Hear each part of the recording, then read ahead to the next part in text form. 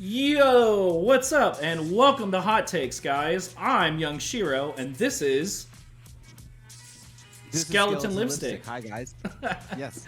Welcome. We have Hotel Pools joining us today, a Billboard charting artist. Billboard charting artist. Very excited to have a god from the chillsynth scene joining us today. Probably the most well-known artist in that synthwave meets chillwave type of vibe, aside from, of course, the renowned Randy Home Gothy Home Resonance guy. As always, thank you so much to our regulars that have tuned in. For those of you that are a new first-time viewer, this is a talk show slash podcast slash interactive geek out argument debate session where we all get to have all of our ideas out in the open with no judgment. No takes are too hot. Just keep it clean. Don't punch down, but you can punch up. And with that being said, just keep us in the loop on audio levels. If the music is too loud, if Chris is too quiet, etc. We got some fun new secrets and tricks up our sleeve for y'all today. So without further ado, I'm going to get started with a few recommendations, guys. Couple albums that I have delved into recently that I would like to recommend personally. Obviously, everybody knows and loves a previous Hot Takes guest, FM Skyline. Mm-hmm. Not a lot of people are as familiar with Pete's back catalog prior to the 100p releases. And if they're not, that's a mistake. I want to recommend a specific... Right? Love Pete. I love Pete, too. Gentleman. Such a nice guy. So skilled. And so kind. Classy guy. Fun to talk to. Y'all, if you haven't heard Vapor Midi Muzak, the album before the one... Skelly is quiet, it seems. Can you turn me up? Skelly is. My whole setup, I guess. I noticed this before we started, so let me boost him. Anyways, I'm going to drop a link. Boost me? I just boosted you about 25%. Y'all, check out Vapor Midi Muzak. That's the album that came out in 2018 before... Thank you, Lux. Before... the one that was his 100p debut. Check that out if you like chill synth, if you like utopian virtual, if you like fun, tinny, MIDI type sounds. I can highly recommend that one, especially the song Weird Room. And then to take it in a different direction, from the lo-fi house, which is kind of vapor adjacent scene, I would like to recommend an artist that has actually been featured on a Coup d'etat comp.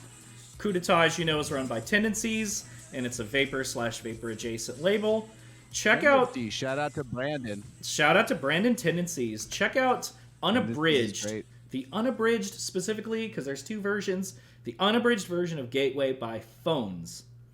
If you like Bodyson or Pacific Coliseum or Akasha System, like really, really hazy lo-fi house, check out Phones Gateway, the unabridged version. And then for my last recommendation before we get into our hot takes and we get to talk to Hotel Pools himself, lesser known vaporwave artist that I've been a huge fan of lately, Iridescent. Iridescent makes... Okay, good, you're a fan. Iridescent makes... Well, I mean, yeah, I didn't realize that he does that song I really enjoy that you play. Yes, that ooh-wee song. Yeah. So this is the album that song is from, and it's called 3 a.m. Always on my mind. Yeah. Hell yeah. Oh my God. Every time you drop that song in one of the DJ sets, as you did at the most recent Terminally Chill at Sacramento, California, which, I mean, the audience went crazy when you played that song, by the way. Oh, man. Every time I hear you play it, whether it's like footage of one of your live DJ sets or one of your live streams, I always ask you, like, what is this song? Because it is such fire. It's a good time, right? It is literally launching a missile into an audience and just exploding them with energy. Like, I always forget it until I ask you again. You're like, Chris, I've told you this song multiple times now. Damn. Videodrome just rated us with 23 people. Thank you, Videodrome. Welcome, guys, to Hot Takes. Welcome. Yeah. So anyways, that album is called 3 a.m. It's all over the place. Some future funk in there. Some classic vapor. A lot of fun vibes. If you just like chopped and screwed 80s R&B, you got to check out 3 a.m. by Iridescent. Check out that and album Quiz says it features art from Keith Rankin. It Are we does? talking about the same album, Quiz, or are you referring to one of the other two that I mentioned? Anyways, we got some people here that are very, very excited about seeing hotel pools, and I forgot to grab my drink, so I'm going to grab that while you get started with our hot take. All right, sure. Okay, so I have a question for you guys, actually, who are typing right now. So I am going to kind of put Isaac on the spot for a moment because he had posted something on Facebook stating that he's not the biggest fan of Daft Punk, and I took great umbrage to this, and I had I started yelling at him. I said, "No, we're talking about Isaac. You're back. You got your drink already?" Yes. Okay. I was just mentioning that I'm not trying to call you out when I say this, but oh, guys, the episode's over. Sorry. Thanks for tuning in to Hot Takes. You're not the biggest fan of Daft Punk. And I got very angry about that, and I said, no, this is crazy. That is a once in a lifetime artist. I said that they united the concepts of the dance party with the excitement of sort of rock and roll music. That they sort of combined those two things together, and in addition to that, they are essentially an artist in every aspect possible, both through their audio and visually, right? So in addition to the music that they make, there is the presentation of the music, and there are the music videos themselves, which are their own little small worlds. There's the fact that they designed an entire anime based around one of their second album, which in my opinion played a very large influence in a lot of the aesthetic choices of several future funk artists who went on to also appropriate anime as part of their aesthetic. I think that is a direct fucking lineage you have a good point. from that fucking Discovery album. That's where I think that comes from, honestly, in my opinion. That, and obviously kids grow up by that, but I'm digressing for a moment. I thought that Daft Punk did a thing where they put spectacle and they put artistry into the concept of dance music. And somebody talked to you and said that they liked Daft Punk. They liked electronic music and the vibe of a lot of electronic dance music prior to Daft Punk, and that Daft Punk came along and changed many things. And I 100% agree with you. And I think they did. And I'm of the camp that believes that I enjoy the spectacle and I enjoy the artistry that happened after Daft Punk. I enjoy the energy of that kind of electronic music.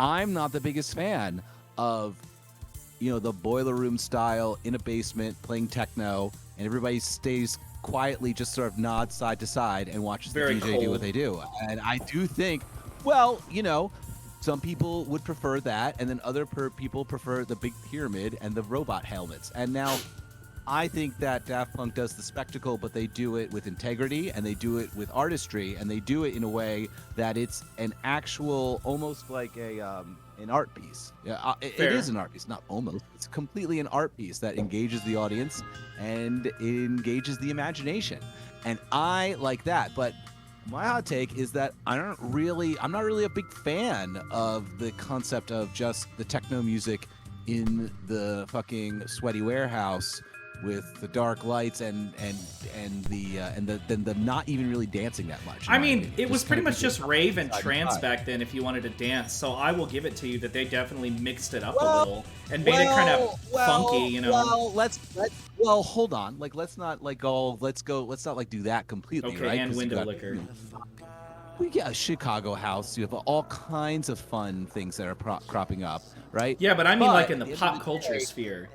Oh, in the pop culture sphere. Well, that's actually quite interesting, right? In the pop culture sphere, like I don't even really think there is much like dance music in the pop culture sphere. At least more mainstream dance music. Not really. Prior to Daft Punk is like 96 when they began, 96, 97. What's the big, specific just dance music? I'm not talking about like dancey pop music. But what is dance music prior? What is dance music in the pop culture sphere? Probably like. Yeah, just the trance and rave stuff. Because I mean, like the gabber and hardcore, like never really made it into like the normie sphere. Niche. I would never. That's too niche, right? It's very specific. But what is it? Someone in the chat, you got help me out here. Maybe somebody wants to jump in and see if they can figure out what in the world Chris is talking about. No, who knows? Daft Punk's also very interesting too, because if you look at that, if you snapshot that time frame and you look at the other things that are going on that are popular artists at the time, you're going to get things like Crystal Method, or you're going to see things like I don't know, maybe Fatboy Slims, or even like fair. or even Moby's era where he was sampling the soul music and or the spirituals and sort of like just putting like a little bit of a breakbeat behind it. Let me tell you right now, all of it sounds dated. It's not. I'm not saying it's good. I enjoy it, but it all sounds like block rock and beats sounds of its time, man. Like that sounds of its time. Yeah. Well, I don't know what to say. I don't know what to call it aside from that feels like I'm in 1997. You know what I mean? But I'm going to put on Daft Punk, and it's just like this is made outside time. This is made by people who are doing something completely different and have their own influences, and it comes from a lot of different places, and they're not particularly thinking too much about what else is going on and fitting in, but doing something that's really good. So my hot take is Daft Punk made dance music better. And dance music is 1,000 times better because of Daft Punk, and that's all I have to say about that. And disagree or don't agree, but why don't we bring on Hotel Pools? Why don't we? Why don't we? 10 minutes in. 10 minutes, that's not too bad. Guys, who wants to talk to Hotel Pools? Let's bring the man on himself. Ben, go ahead and unmute yourself. Ben. Hello, guys. What's up? Welcome to Hot Takes. Ben. How fun. Thank you for coming on, man. Yeah, thanks for having me. So we're super excited to have somebody from your scene because as we discussed briefly last night, you know, there's some people in our vapor sphere that make sounds that are kind of akin to the sounds that are coming from your project and some of the other like electronic gems and Stratford Ct and like that type of vibe. Well, I mean that's the thing. It's just like at the end of the day, it's a very, very large sort of kingdom. It is. They're just sort of small little like enclaves around it. You know what I mean? Like the fact that you even mentioned, obviously Stratford Ct, Andrew Walker, and everybody directly come from, you know, our little scene that begins in like 2010 and grows outward. You know what I mean? Like that's like literally like I mean look at the Mr. Nonsense compilation, Symposium Volume 1. Oh, there was all kinds of random stuff. Well, Andrew was walkie-talkie at the time, and he has a song on that compilation in addition to designing the cover art for it. And also, my Lipstick Elite album is one of the early Stratford Ct releases, right? So with me and Lux's Lipstick Elite album was originally released on Stratford Ct back in the day. Venture X. Cool. I didn't know that. Oh yeah, man! Check the archives. Venture X too. In my opinion, like one of the very first future funk artists, if not like, in my opinion, like the first. The homie Charlie. You know, for the most part. And I believe Venture X album back in like 2012, that was like the first vinyl they ever released. And honestly, one of the first vinyls released from the internet weirdo, vapor, chillsynth, whatever else is involved in this whole world scene in general. Like I remember, I think that was like one of the first ones. I've noticed that the commonality is nostalgia and just an appreciation for synth palettes and sound fonts that are just a little gentler and a little more like, you know, retro and kind of hazy sounding. Is that the thread? I mean, among many things. Yeah, I'm not sure. I mean, for me, well, why don't you tell us how you feel? Sure. Yeah, I don't know if it's. I mean, for me, I'm just kind of making music I want to listen to. So it's like that's always what I try to do is make stuff that I'd want to hear myself. So, you know, I can't listen to my own music with, you know, an unbiased ear. So I can't really hear it like everyone else hears it. But my goal is to just make music that I like. So, you know, the nostalgia thing, I guess. Yeah, I mean, I'm from the 80s, so I mean, I'm not a super young guy. I grew up in the 80s and 90s, so I mean, same. You know, I think part of that is it too. Yeah, I mean, part of that. It's not like I'm really like trying to make something feel nostalgic. That's just, I think, by nature what I make, and so, yeah. I mean, it's just kind of. I think the common thread is just the fact that the sounds and the tones that I go for seem to lay in that space, you know. You know, so that's just what I like. You know what I mean? Fair. Yeah, absolutely. I see.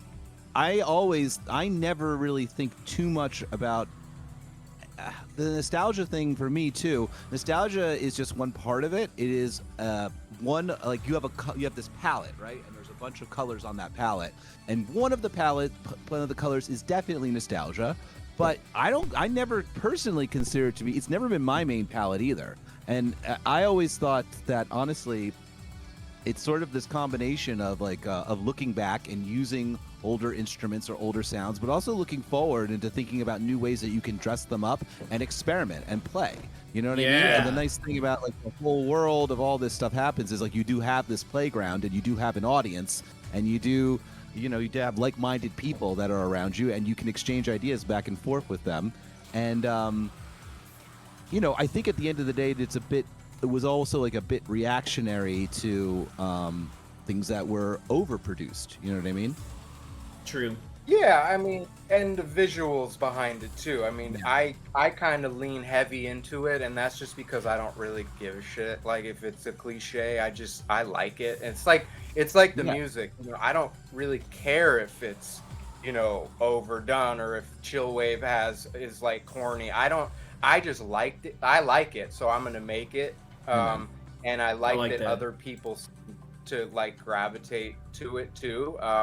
But the visual stuff, I think the visual stuff is part of the nostalgia too, because you lean into the whole 80s elements or the palm trees or the whatever. But for me, it makes me feel a certain way, and I like that feeling. So that's why I like to attach those things to the music. I feel like it's a nice pairing, and someone like Andrew who can create really kind of conceptualized amazing pieces that aren't necessarily like ripping off a retro thing.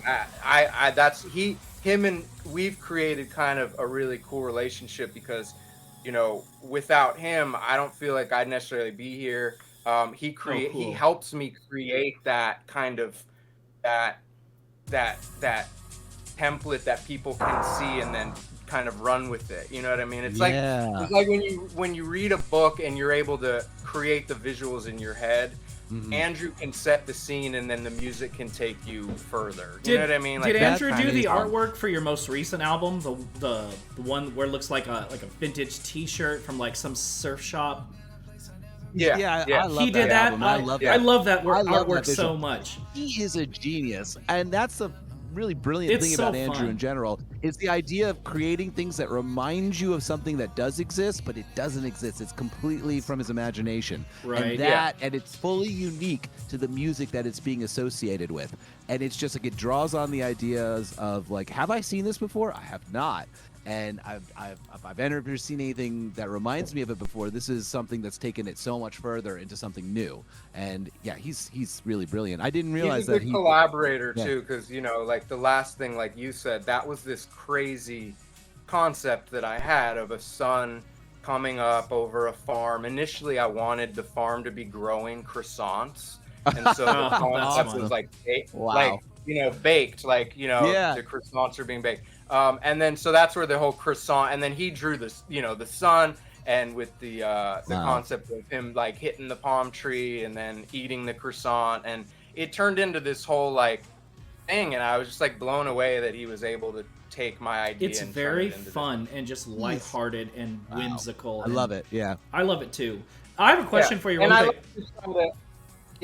Well, you mentioned, I didn't mean to cut you off, but you mentioned you make music that you want to listen to. So, do you listen to music that sounds like your music, or are your influences like way different from what your music sounds like? Well, I think I started years ago in the hip hop world. So like when I was growing up, I wanted to sound like DJ Premier or JD or Dilla or SP, JD. Love DJ Premier. There were just like I wanted to emulate those guys. So I would be digging through crazy weird European records trying to find the little portion that I could flip, and that was like my passion for many years. And then met a friend of mine years later that kind of got me into. I started to feel constrained with the sampling, the way that I couldn't necessarily make my own parts. I was sampling other people and trying to do the Beck thing where I'd sample parts off different albums, trying to make them work, and that worked sometimes. But as a kid, I was working on a Triton. I didn't have like a DAW. I wasn't working on a computer, and so I was trying to create these things in my head that I couldn't really do with sampling, and so a buddy of mine kind of had changed my world and like, brought a synth over. We listened to all this crazy music that I hadn't listened to, and it just kind of changed my whole mindset. And from there, I think it's just been a natural progression. But like the music I listen to now is really pretty vast. I mean, I listen to a lot of stuff that you would consider like in my world, but I also listen to like, I mean, what did I have on earlier? I was listening to Mac Miller record. I did see you which I've post never about that even the other really, day. I've never even really listened to that record. I love that Oh, record. really? It's a great Yeah. album, right? Yeah, great Mac album. Miller's outstanding. Like I grew up Outkast, ATLians was like a classic record to me. But I just appreciate, I don't know, there's certain things in music that just make me feel differently than other pieces of music, and that's what I'm always striving for, that feeling. And sometimes I'm in the studio writing and I have that feeling, I'm like, oh shit, like that's it, and I'm like chasing that, Very cool. it's few and far between, but like those are the things I'm after. So I write a lot based off feeling and just what I'm hearing, and so I'm just I'm just always chasing that. But I don't know, I listen to a lot of stuff, man. I'm constantly trying to experiment and switch up what I listen to, because I feel like That's that cool. helps me. It's always so Really, fascinating to me what- when artists tell me who their like sources are and their favorite artists and genres, and it's like completely different sounding from what they make. And I'm like, wow, how did you? I think that's what really good producers do, is that True. they find themselves listening. You find yourself listening to something. You begin to draw ideas from it. You get inspired to make things, and then you understand that you need to listen to other things. Need to try out some other sounds that you might be interested in. See what that draws out of you in some way.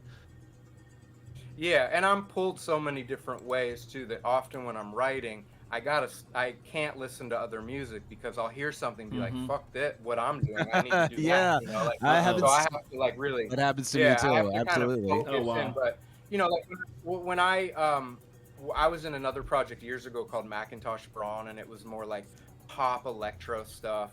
And my buddy who I was writing with, Ian, showed me all kinds of cool music.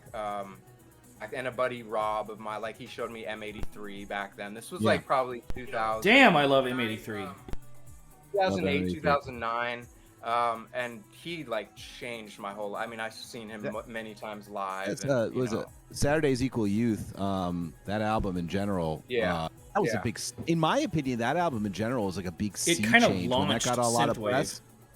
Well, it launched just viewing and processing music a little bit differently. You know what I mean? Because M83 obviously was a pretty well-known shoegaze post-punk band prior to that, but then they took these songs and they really took their sounds and structured it into like sort of a gentler pop. A pop sensibility vibe. came with that album. And it really and that clicked. You know what I mean? It And did. I think a lot of us were kind of getting sick of listening to the same sort of arpeggiated indie dance music that was going on at the time. Boy, and I certainly I know was. I don't know. I kind of was too at that time. And no, not trying to cast too much aspersions against that time period in like the I guess like the mid 2000s. But I don't know, when I heard when I heard like late 2000s, like that's when like Cut Copy. I remember really Passion liking a lot. Pit. love Cut Copy. Cut Copy's the one from that era that I will always go back and revisit and always deeply enjoy. Obviously, what's the album with Lights and Music? What's it called? Yeah. You know what I'm talking about. That's a great album. I know the one you're talking about. Oh yeah, we all know Back that when one, it was right? okay It's to a have great album. synthesizers and But indie I don't rock know, again. man. I got a little bit sick and tired of I don't know, like sort of like Arctic Monkeys-ish type bands. Not them themselves, but sort of those kinds of bands that were starting to dominate constantly. I've read your rants about. when I Block heard Party. M80. Yeah, this Block Party is not my thing. I don't like it. Oh Other man, they have people a do. couple great. Look, they have a couple great songs. I know they do, and So, I know they're great. I know they're. I know they're I may good not be a huge songwriters. Daft I Punk just fan, got but tired. this guy doesn't like Block I Party. got Just saying. tired of that sound in general. Yeah, I and then hear when you, I I hear you. heard M83, which is I think like 2008 or so when that album came out. I was like, Yeah. oh man, I always loved shoegaze music. This has now brought it to another level where I can feel the structure of the song, I can feel the movements and changes, and I can hear the vocals, but not too much, but just like enough. You know what I mean? It still maintained the integrity that you would have from like that kind of genre, but it was something more, I don't know, and it really was a big influence, I think, on a lot of people. And it really changed like music to come after that, because obviously I think that it made it easier for people to get into chillwave, made it easier for people to start listening to Neon Indian, him and or Animal Washed Out, Collective, I would say. All Black. Oh, Animal Collective, in my like opinion, the is extremely influential. Oh, for sure. Well, Animal Collective is extremely influential in changing the way people listened to music. That and the Panda Bear album, Person Pitch. Probably and even also more so. understand that Animal Collective started paw tracks with the sole purpose. And look, listen, I know it's a dirty word to mention this person right now, but at the time, this person is still extremely influential, right, in the way we make music and the way we listen to different sounds. And that would be Ariel Pink. They started paw tracks with the specific purpose of releasing Ariel Pink's music. And listening to guitars and drums and singing through that sort of grit was a big influence on things like, say, Surfing or other bands, that sort of thing. But anyway, I kind of want to get back to Ben. I want to ask you, my friend, when did you decide that you wanted to start making music? You mentioned that you'd gotten into hip hop earlier and that you wanted to start producing beats. I assumed maybe you were a fan of Stones Throw Records, things like that as well, maybe, or no? Yeah, a little Mad Lib. I was literally like 12. Like I was buying like Foxy Brown, Il Nana. Oh, I would nice. walk to the CD store. I'd walk to the store and buy like, I'd buy all those records back then. Like, the big records for me that kind of were the turning point was like the Slum Village record was huge. Oh, fantastic. Yeah, that's great. Volume 1. I got my first drum machine. I've said this before. I was about 12. And that's kind of, my mom got it for me, and that's kind of when I just started fucking around with rhythmic stuff. My dad's a drummer, so I grew up around him playing, and I'd go, Sick. He'd be on tour, and I'd go out with him for a few days. I'd get to be on the bus, and I'd get to be backstage, and I kind of saw things from a different angle growing up than I think a lot of kids do, and it impacted me a lot, and I always looked up to my dad a lot as a musician. I think I was just impatient, like I think a lot of kids are. I didn't want to spend the time to really learn an instrument. I wanted to just like do it, I wanted to like make a beat, I feel that. sample, and make music. So it was like I always would start, and I haven't kind of some abilities that I was born with, like rhythmic stuff that I think I just have because of my dad, like timing and, just the way I hear music, I think is different. And that's just because, I'm who I am, and I'm different than you, and you hear different music too. And so I think for me, it's like, as I progressed and as I got older, I wanted to try to hone in on a certain skill. And for me, it was writing and producing, and I looked at that just like playing an instrument. To me, it's like, there are a lot of guys that can play fucking anything on guitar, and they can't write a good song. So I think it's a skill you need to hone. And I think coming from seeing my dad playing the way he did and not really being a writer, he always told me like, have a piece of it, like be a writer, like play your own music, like he loved what he did, but he was out there. My dad played with Hall Oates for like 20 years. Wow. Hall Oates. That's Wow. wild. Shout out Philadelphia, because that's where I live. So what did they call? I forget what they call their breed of whatever. But so I grew up like watching him play all the time, and Daryl Hall's kind of a prick, and no, that's a wait, where's the hot take. With the fire. That's a hot take. Yeah, damn. I have some stories.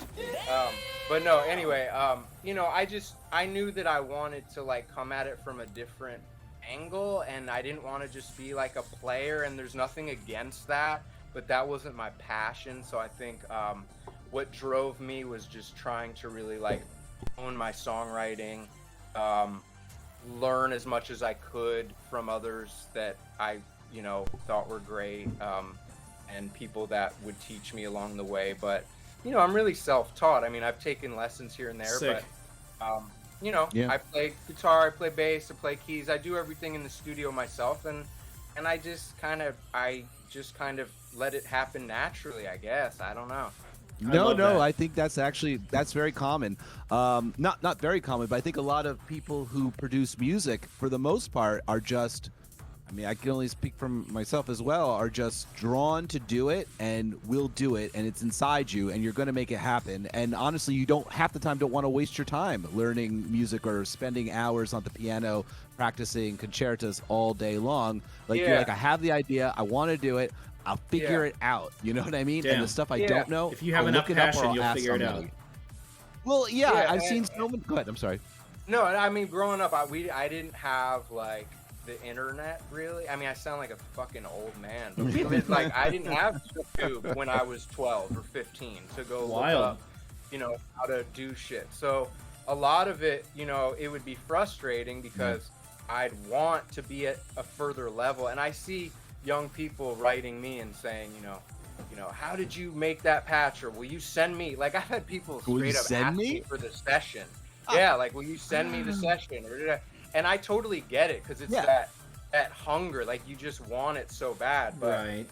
even for me, like Hotel Pools is not like me finding my sound. Like I've been doing this shit a while. Like this is what This I is like like. the culmination, yeah. at least up to Yeah, this like point. this is That's taken really many cool. years for me. Yeah, man. You could You were send them screaming those into the session void files, for and it years. still won't teach them how to do it. You know what I mean? Like they Right. still like. I know. I think what people don't always understand is like you can teach someone an instrument, and you can teach someone techniques, and you can teach someone little tricks to do in producing, but you really can't teach someone to produce. Like it's so No, it just takes individualized. the hours. You just have to put the time in. You can like Right. teach someone how to use a compressor, Well, or it's the like you same- can teach someone how to do like a certain trick that you do if they have a question about it. But it's like you really can't teach someone to produce. Like you have to do it yourself because and it's you so can't- individualized. And I think the thing that people especially the younger guys that are starting miss is that no matter what I teach you, you have to create your own sound. Like you Yeah. have to have your own character. That can't be taught. I don't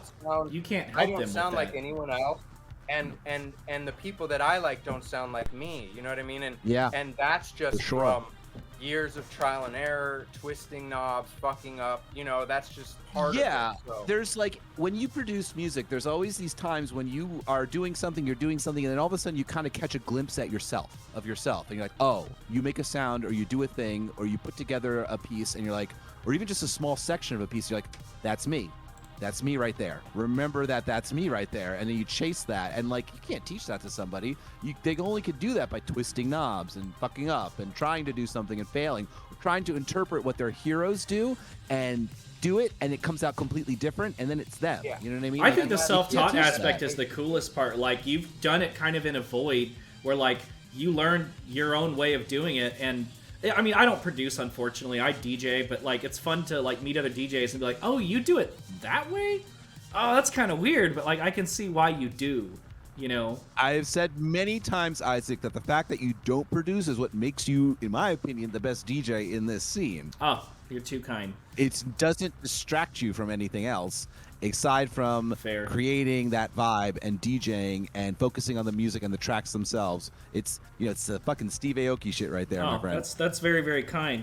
And I was not to Anyway. make it about me, but I was sorry. largely self-taught as well. I didn't watch YouTube videos or anything. So if you were using those DAWs yourself without any like tutorials or anything, I'm sure you found some super unique ways of doing what you do that like a lot of other producers would probably be like, wow, I never really thought about it from that direction Did you use at all. any? Did you use any? So I understand the idea of YouTube not being quite a thing yet, but did you use anything else? Maybe some magazines. I know that I used to read computer music, and that helped me I understand had some things. magazines. I I grew up around other musicians, and so my dad had an MPC 60 he gave me, and I would use Oh, that. cool. I ended up getting an MPC 3000 when they were re-released, and it was like the Roger Lynn, worked on that one. I had that for years. I remember going and buying back in the day, there were sample CDs that we used to get, and you would like sample drum loops off those or sample little pieces. Oh, that's pretty cool. But like learning, I really can't remember. It was just picking up shit from, you know, people I knew, maybe reading something, my dad, you know, other people that I'd be around. I remember one of the earlier programs I used was called Cakewalk. And that was like a super early one. And that helped me just look at the way, you know, how it's set up, how to sequence a song and all that. Oh, damn. But these days, it's kind of, I don't really think about, it's kind of like, when I'm in doing it, I don't like to be bogged down with the technicalities of it. I don't really want to think about cuts and edits and shit. I just want to like make music and be unorganized and just do it, you know? So like a painting. I'm kind of not consciously thinking about it. I'm just like making stuff, and it seems to come together as I do it. Your body is being a vessel for your imagination at that point. And the less that you think about it, the more you can translate that imagination into what's in your head, you know, like the like we'd all be amazing music. Like if what you hear in your head you could actually do. Yeah. You know, that and that's what I'm always chasing too, is like I hear like such a great track or a transition and I'm like, okay, let me try to do that, you know, and get as close as I can. And the more time you put in, the better you get at it, and the quicker I get at it. I you love know, that. or you know, I just moved and I took a few months off and I was like, fuck, I'm gonna suck when I start again, and I didn't suck. So I mean, that's part of the time. That's good advice the rust right off there a little for bit. younger that's good advice right there for younger producers too. And I think that a lot of us have all been in this situation where we don't do it for a while, and then it almost becomes, you get apprehensive about doing it again. You're like, can I still do this? Or if I'm not doing it every day, did I lose it? And you didn't lose it. It's there. You just got to go back in and do it. Right? I mean, I just think us as creative, anyone that's being creative and putting themselves out there like that, to be just fucking trampled on. I mean, I don't think people understand. Like, I'm a sensitive guy. I don't care. I own it. You know, I know who I am at this point. But like, putting your music out there is fucking difficult. Really vulnerable. Like, that's not just, you know, it's a vulnerable place to be at. And I think people treat art, especially music, as very just a throwaway thing that is kind of just unfortunately very disposable, at least right now. It's there to be used. It's there to be thrown away. It's kind of and so for me, it's like you have to kind of get a thick skin to the point where I realized the turning point for me was I know that people want to hear what I'm doing, and if I sit there and judge myself all day, I'll never put anything out. And I know guys who are so good, guys and girls that are so good, that sit in their basement and they write great music and no one fucking hears it. And that's dude, like, there's some artists in our scene that are really bad like that, just uber perfectionists, and it's like, man, you gotta just put that shit out there, at least as a Patreon. Like, if you don't think it's that good, make a deep cuts album that some super fan will pay big money for. Come on. Sometimes people get very I'm thinking about Vectroid, to be specific. We got some questions in the chat, man. I don't mean to interrupt, but Videodrome, who rated us, by the way, thank you, Videodrome, wants to know how you overcome writer's block. And Videodrome also asked earlier on what your favorite piece of equipment is. Oh, good questions. So writer's block, I get asked that a lot, the writer's block question. And like I was saying, you know, I'm constantly down on myself, think I fucking suck, think I'm not good enough, and I have to just, what I tell people is I have to prove myself wrong all the time. I have to, you know, I let my mind fuck with me, and then when I get in the studio, I realize, oh, I'm good, you know, I'm better than I try to trick myself, you know what I mean? So the writer's block thing, I try to go at it different ways. I mean, sometimes I'll take a break, but often I think, and that's, I think, what people usually say, I think sometimes it's good to just fucking power through it, you know, and like, you know, I know that's not great advice sometimes, because people be like, well, no, you should really take a moment, and, you know, but sometimes when I like just keep going, I kind of break through that wall and I actually come out with something that's good. Or I'll make a mistake that ends up being a good mistake, and then it For sure. spurs something, or there's no like absolute fix, but just I think you gotta be easy on yourself. Like, don't judge yourself too crazy. Listen to what all of your rabid fans are saying. Don't listen to what that crazy that voice that has even today, like imposter syndrome today, type bullshit.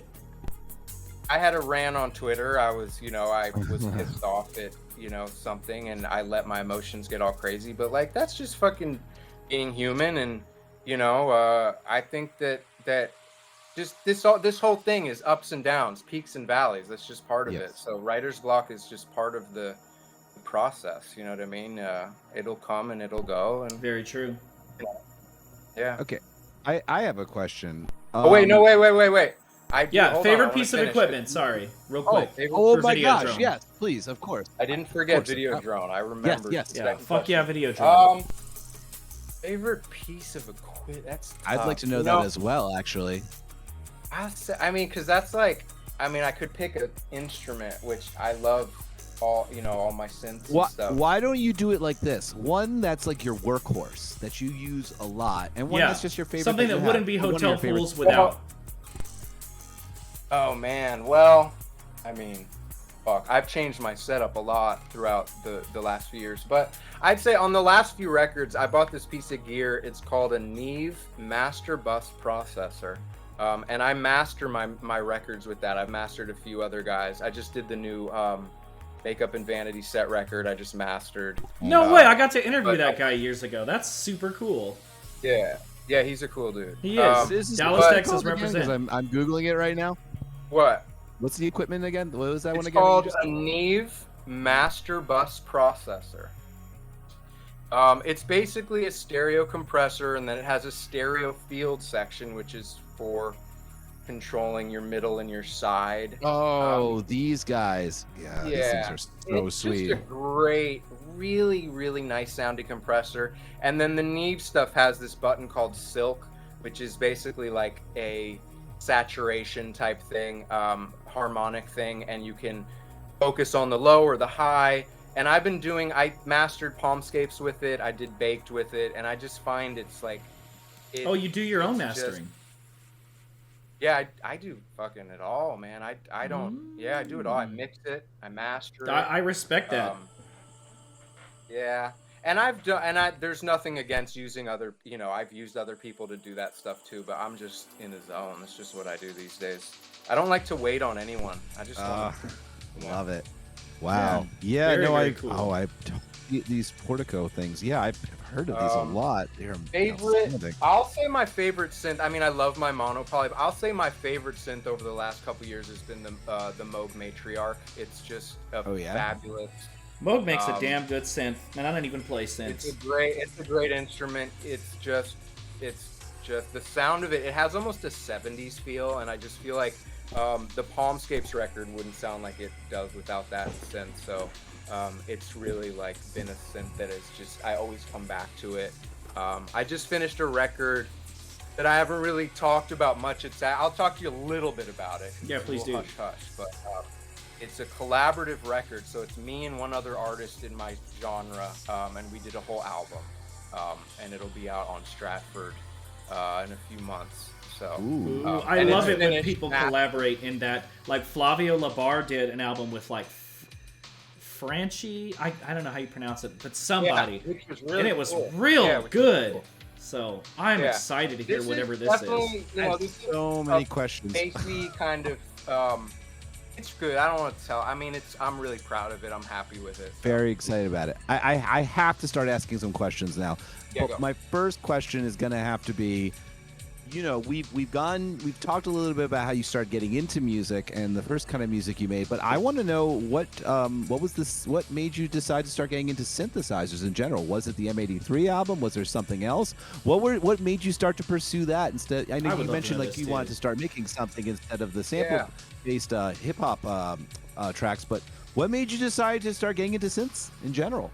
You know, like the sound of synthesizers has always been something I loved in music. Like whether it was my mom playing old records, you know, or you know, just growing up, I loved how they sounded. And then as I was writing, you know, like hip hop obviously uses a lot of synths, you know, and so I would always hear little sounds, and I'd be like, "What is that?" Or like now when I hear those things, like in like on the Chronic or something, I'll be like, I was about to say like the the G-Funk albums and such like that. I think the Chronic is all. That was all original instrumentation, or a lot of it was original instrumentation on the Chronic. I bet it is, you know, but as a kid, I'm just hearing sounds that I like. That, like, any sound you want, you can make. So why wouldn't anyone be a fan? So so go ahead. You were saying though. Yeah. So I don't know like an exact moment I was like synths are for me, but I think it was just like the last project I did, which was a kind of a electro poppy thing, heavy synth focused, and I don't know. I mean, what got me into like this stuff was honestly, I've said it before. I was on YouTube, found Electronic Gems. Hell yeah! I think the first Electronic Gems, absolutely. First Gems. couple of tracks I heard were the dude with the fucking Asian symbols. I'm gonna forget his name. People are gonna hate me. No. Sun was the name of the song. I'm gonna have to go. Electronic Gems and like Majestic Casual. Majestic Casual. Thank you. I was trying to remember the name. Gems.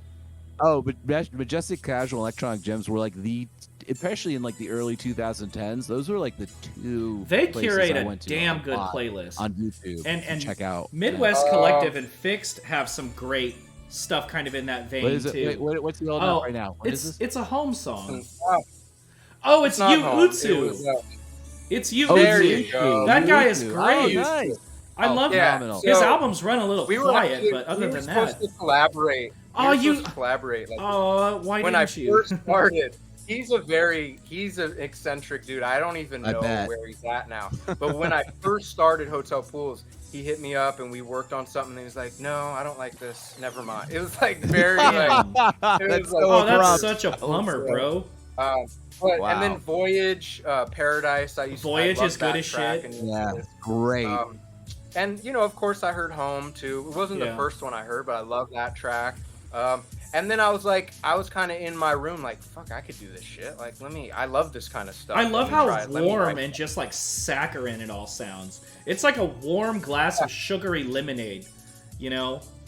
Yeah, it's got that. Everyone's going for that tape saturation, you know, and I love that too. I'll fucking take it. I'll drown in that shit. Honestly, I've been working on not lately, but I want to do a DJ set of all of that vibe. Just too gentle to be synthwave, but like, and too like experimental to be chillwave. You know, I just love that vibe. Okay. Yeah. Well, I'd be interested to see that. My next question is, I just really actually have a question about how do you go about with your collaborations? How do you exchange your files back and forth? Who does what? I am always very flummoxed as to how to collaborate sometimes with people. But do you have a technique that you do with people? Do you guys just organize like who's going to start the track? Do you have does someone come in and they already have something they've worked on a little bit? Like, do you want to take a look at this? How does it go for you normally? Yeah, it's kind of gone all of those ways. I mean, sometimes it'll be an idea that I've started, like the track Hideaway with Croja. I've started idea, and in my head I was like, he'd fucking kill this, and I sent it to him and he loved it, and he just like added all these parts that were amazing. Usually it'll be someone sends a demo, it's got a few pieces to it, shorter, and then the next person will usually arrange it into a full track, add parts. They might send it back, that person adds stuff, you know, it can go back and forth a few times. Usually with me, I like to mix and master them, so I like to like be the last stage of you get the process. final say. I see. Yeah, it's not that I get the final say, but I just like to mix and master it. So, and unless the other person doesn't want me to, but usually they want me to, so like I just like to do that. I think it's a good thing. Very collaborative. Yeah, I mean, I never finish a song without the other person being fully invested in liking everything about the track. Like the record I just finished, you know, we were going back and forth. They live in a different country. And yeah, we just, it's usually, I'm not sending a session. I'll bounce my tracks into waves and send them, or vice versa.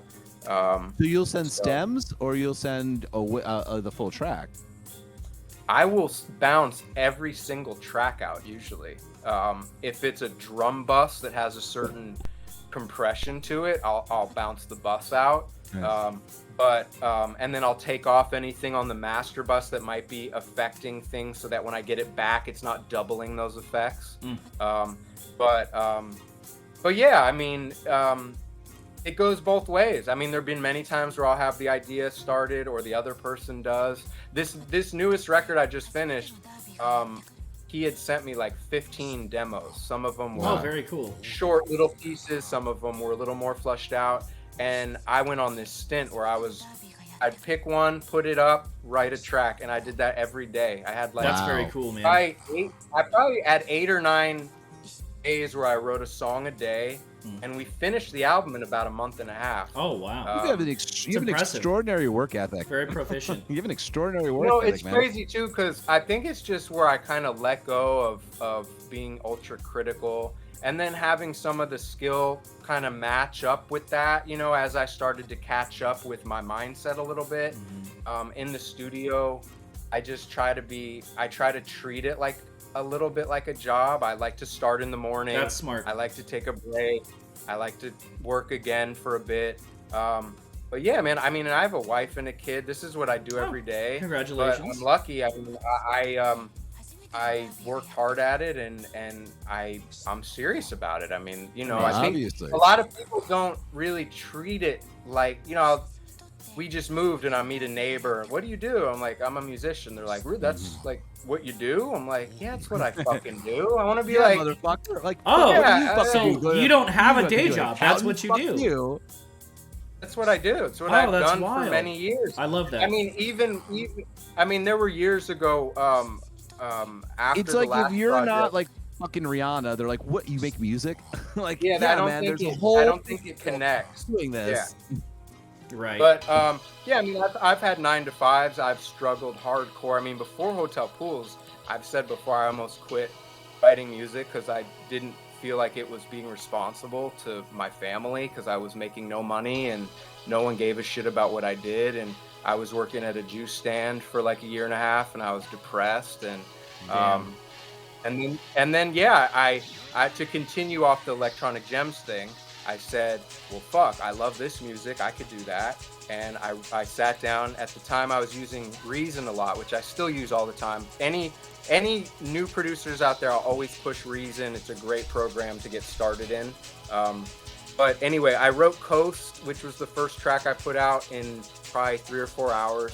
And part of what Hotel Pools was an experiment for me to let go and not judge my own music and just put it up.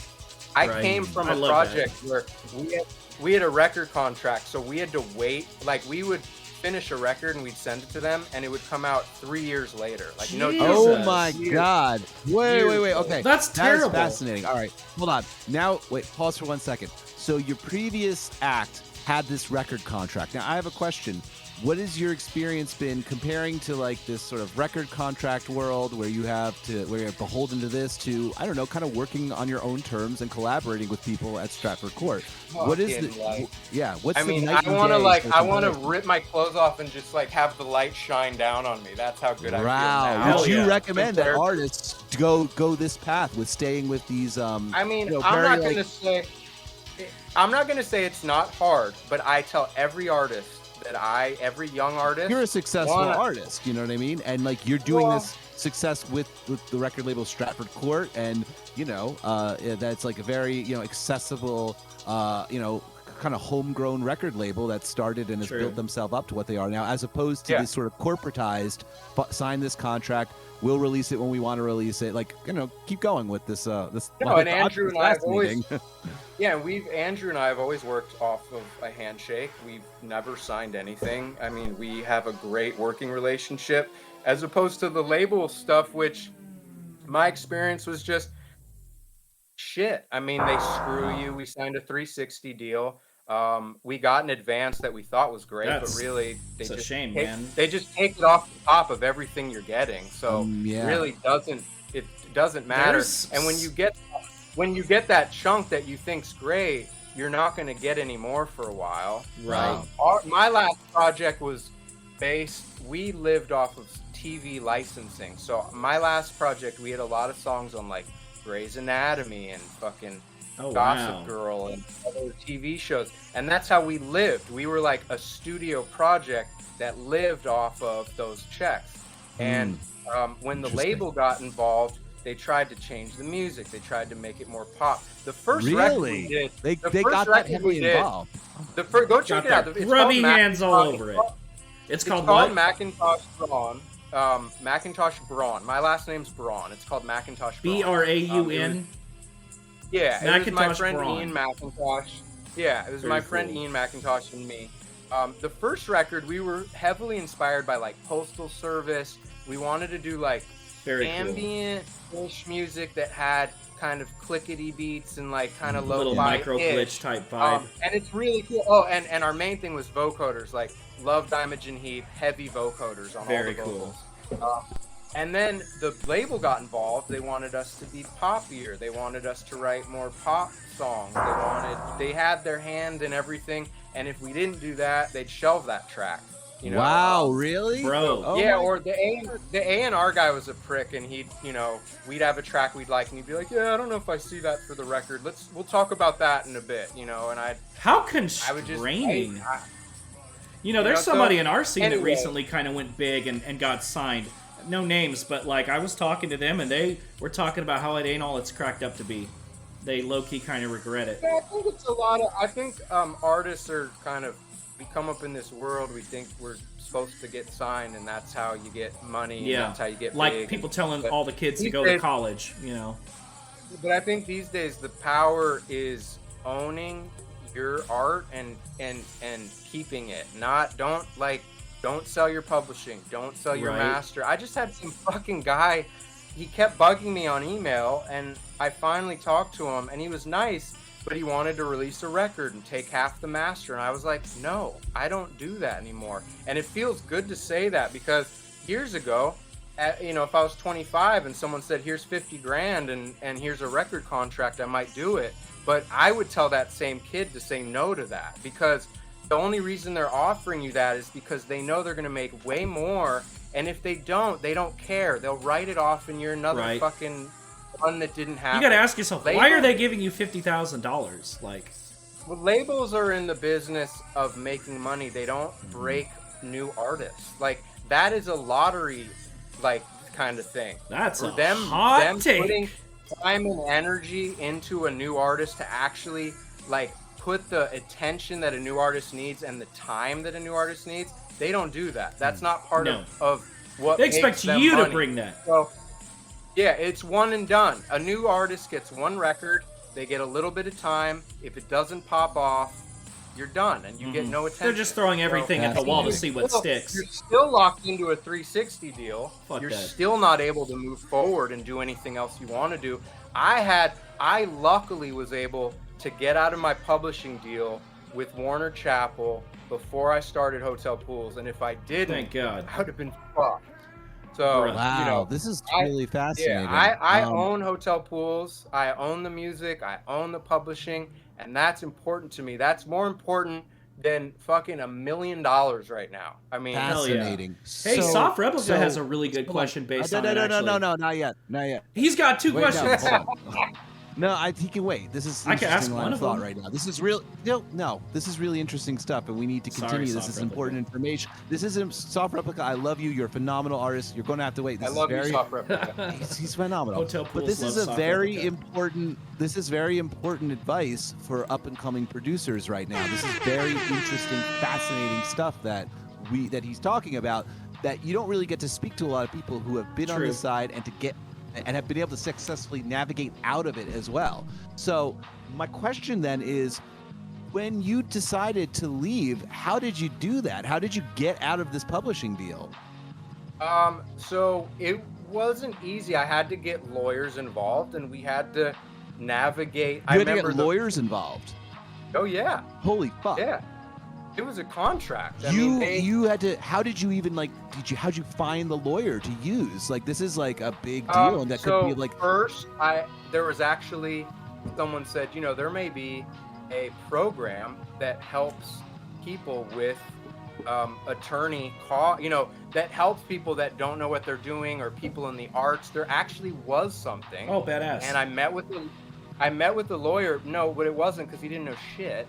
He basically looked at it and was like, I don't know what this is. Oh my God. Well, I can imagine those contracts are so difficult to interpret. Oh yeah, not for the layman at all. What's new? It's done like that on purpose to lock out the artists and from retaliating and claiming their own identity. So the first one didn't publishing, work. And then what happened? The woman who owned the company, Alex, is actually a good person, and she cared about us as writers, and I think she knew that I wanted out and wanted to do other stuff, but it's still business. So basically, I just got creative. We figured out that we would give them a small portion more of the Mackintosh Braun publishing in perpetuity forever to let us out. So they got an extra. Right. They made a concession for your freedom. Yeah, we made a concession, and then literally 6 months to 9 months later, I started Hotel Pools. I had no idea that was going to happen. But if I didn't, they would have owned half, or what was it, 35% of everything I did. Everything would have had to be everything. You can't even have a side project. Like, that's the thing about these contracts. Is they own your identity. That's so shitty. I didn't even realize this. Do not sign to major labels. They are evil. They have always been evil. I'm tired of us pretending they're not, and here we go. Listen to our friend here. The only reason to sign to a major label is if you are already making a shitload of money, and they can make you an extra shitload of money. Now that makes perfect sense. I think of an example like Death Cab for Cutie for something like that, which is an artist that was on like Barsook Records for about their first 4 albums before they signed to a major. They already had a following. They didn't require a major label, but at that point, they had proven themselves that they could create a following. Oh yeah, Sigur Rós did that too. They had a following, and they had Sigur Rós as well. Or like some of the hip hop guys, like Cash Money, who would sell million CDs out of the back of their car. They were already making millions of dollars. Then you sign because they have the marketing and promotional power to. They have the upper hand. So then my next question, now you're out of the contract, you're vindicated at this point. What makes you, who do you decide to go to next? How do you choose Stratford Court? How do you, what's your next step? You're just signed, you have this deal with Warner Brothers, you're in Grey's Anatomy. Skelly out here writing your biography. lie. It's fucking bullshit. It's a lie. They're trying to take my soul. I've got my soul back. What's your next step? What do you do? What's the next step, man? Contact this man for all your biography needs. I just wanted to write music that, like, without anyone else's input, whether it be collaborator. I've been working with someone for many years in that project. Right. I love the guy and I love working with him, but I wanted to like own it myself for a second, and if I fucked up, it was on me, and like it, So the Stratford Court thing was, I think Andrew just, he finds good music. I mean, he's very good at a unified sound. Extremely good at curating. I think he messaged me on SoundCloud and was like, so he contacted you. I think so. This was 2018, which seems like 20 years ago, but it really wasn't. That's when I started this. It was only 4 years ago, Yeah. But yeah, and we kind of went back and forth a bit, and then I remember I was like, well, why don't I take all my singles and we'll make an album, and I'll call it Fall 18, because I wrote them in the fall of 2018. And he was like, yeah, let's do it. So we did that, and it went well. So what made you decide? Okay, so what made you decide to choose Stratford Court? Like what you? I just liked him, and I felt like he actually. I just trust my instincts, man. That's like he does work for his artists. Feeling. He certainly does. I mean, Andrew. I mean, you couldn't choose a better person than Andrew. And so he reached out to you. You liked the way he approached you. You appreciated what he'd been curating over there, and you're like, you know what? Yeah. This is how I'll give my shot here, and let's see how it goes. And I'm not gonna lie. I'm not like I have not been a Stratford aficionado since the start. Like I've not been heavy into the scene before I started Hotel Pools. I mean, I like, I mean, I had heard like the Vectroid stuff, and like I had heard, like the Blank Banshee record. The people who need to be here somehow find their way into this. They world. do. You know what I mean? They get drawn in by somebody, and like it was just. Welcome to the family. You know what I mean? Andrew found you. Andrew Right? is good at, he's good at finding, good music, and he's good at curating, and little did I know that he was an amazing artist. And you didn't even know that. I don't think when we first started talking, I did. The fall cover was a picture I took in California. Yeah, it's like a palm tree, right? It's just a palm tree that I think I did it on my phone, and then he fit it to the vinyl and made it like the back and designed everything. But then with Constant, the second record, that's when he really like that album cover is so fucking cool. Yeah, like I wish somebody would make that, but in real life, like a little diorama that you could like have. Yeah, that was a cool back and forth, like with the whole water cube and the whole thing. Like that was very cool how we kind of went back and forth with that. Well, this is a fascinating story. And Bro, Isaac, do you want to go back and get those let me get Soft Replica's questions. So sorry, but this was just very good you're right. For up-and-coming producers that like you guys need to hear what this wise man has to say. Soft Replica wants to know. Take it from a bitter old man like me. So you should never sign a record. Bitter Ben. There you go, man. Wow. So Soft Replica wants to know, do you find any creative limitations or stresses due to your music being your real job? Yeah, that's actually a really good question. Really good question. Because I can't imagine the pressure. I think I did more when I was super broke, and all the pressure was like, how do I make money? I think now that I'm able to like chill a little bit, it's a little bit easier for me, but it's not easy. I just try to like keep it separate. I don't know, man. It's hard. It's like, I don't go sit down and go like, let me make some money today. Let me write a hot track and make some cash, but that's a hot track. If I write a good song, money signs flash in my eyes, so nice. That was a joke.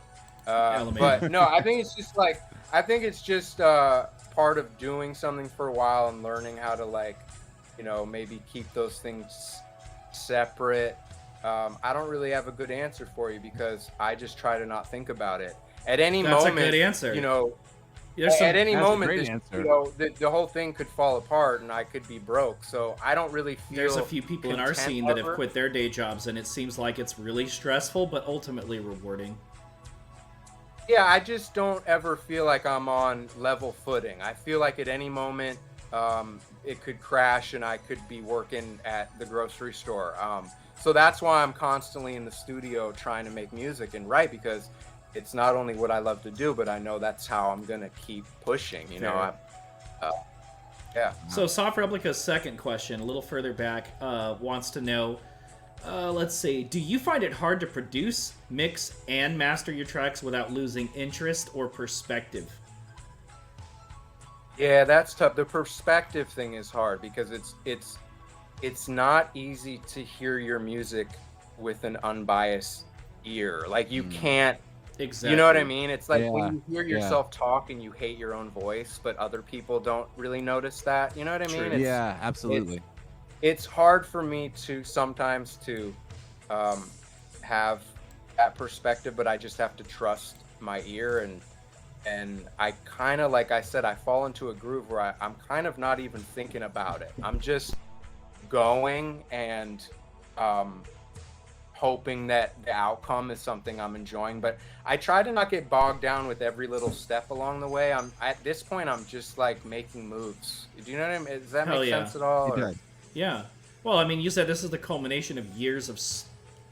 I like to call it screaming into the void personally, but everybody has their own phraseology. Yeah, that's pretty good. So I've done that. Tell us a story about when you discovered your favorite act, or like album, or even like favorite genre. Man, yeah. Well, I mean, finding this music was pretty outstanding. I mean, just finding the whole community. Chillsynth when it started was a Discord group, and I think did not know that. I think Hill invited me. It was Hill, nice. I think like this, where it was about 10 to 15 producers that were just trying to make shit happen, and that.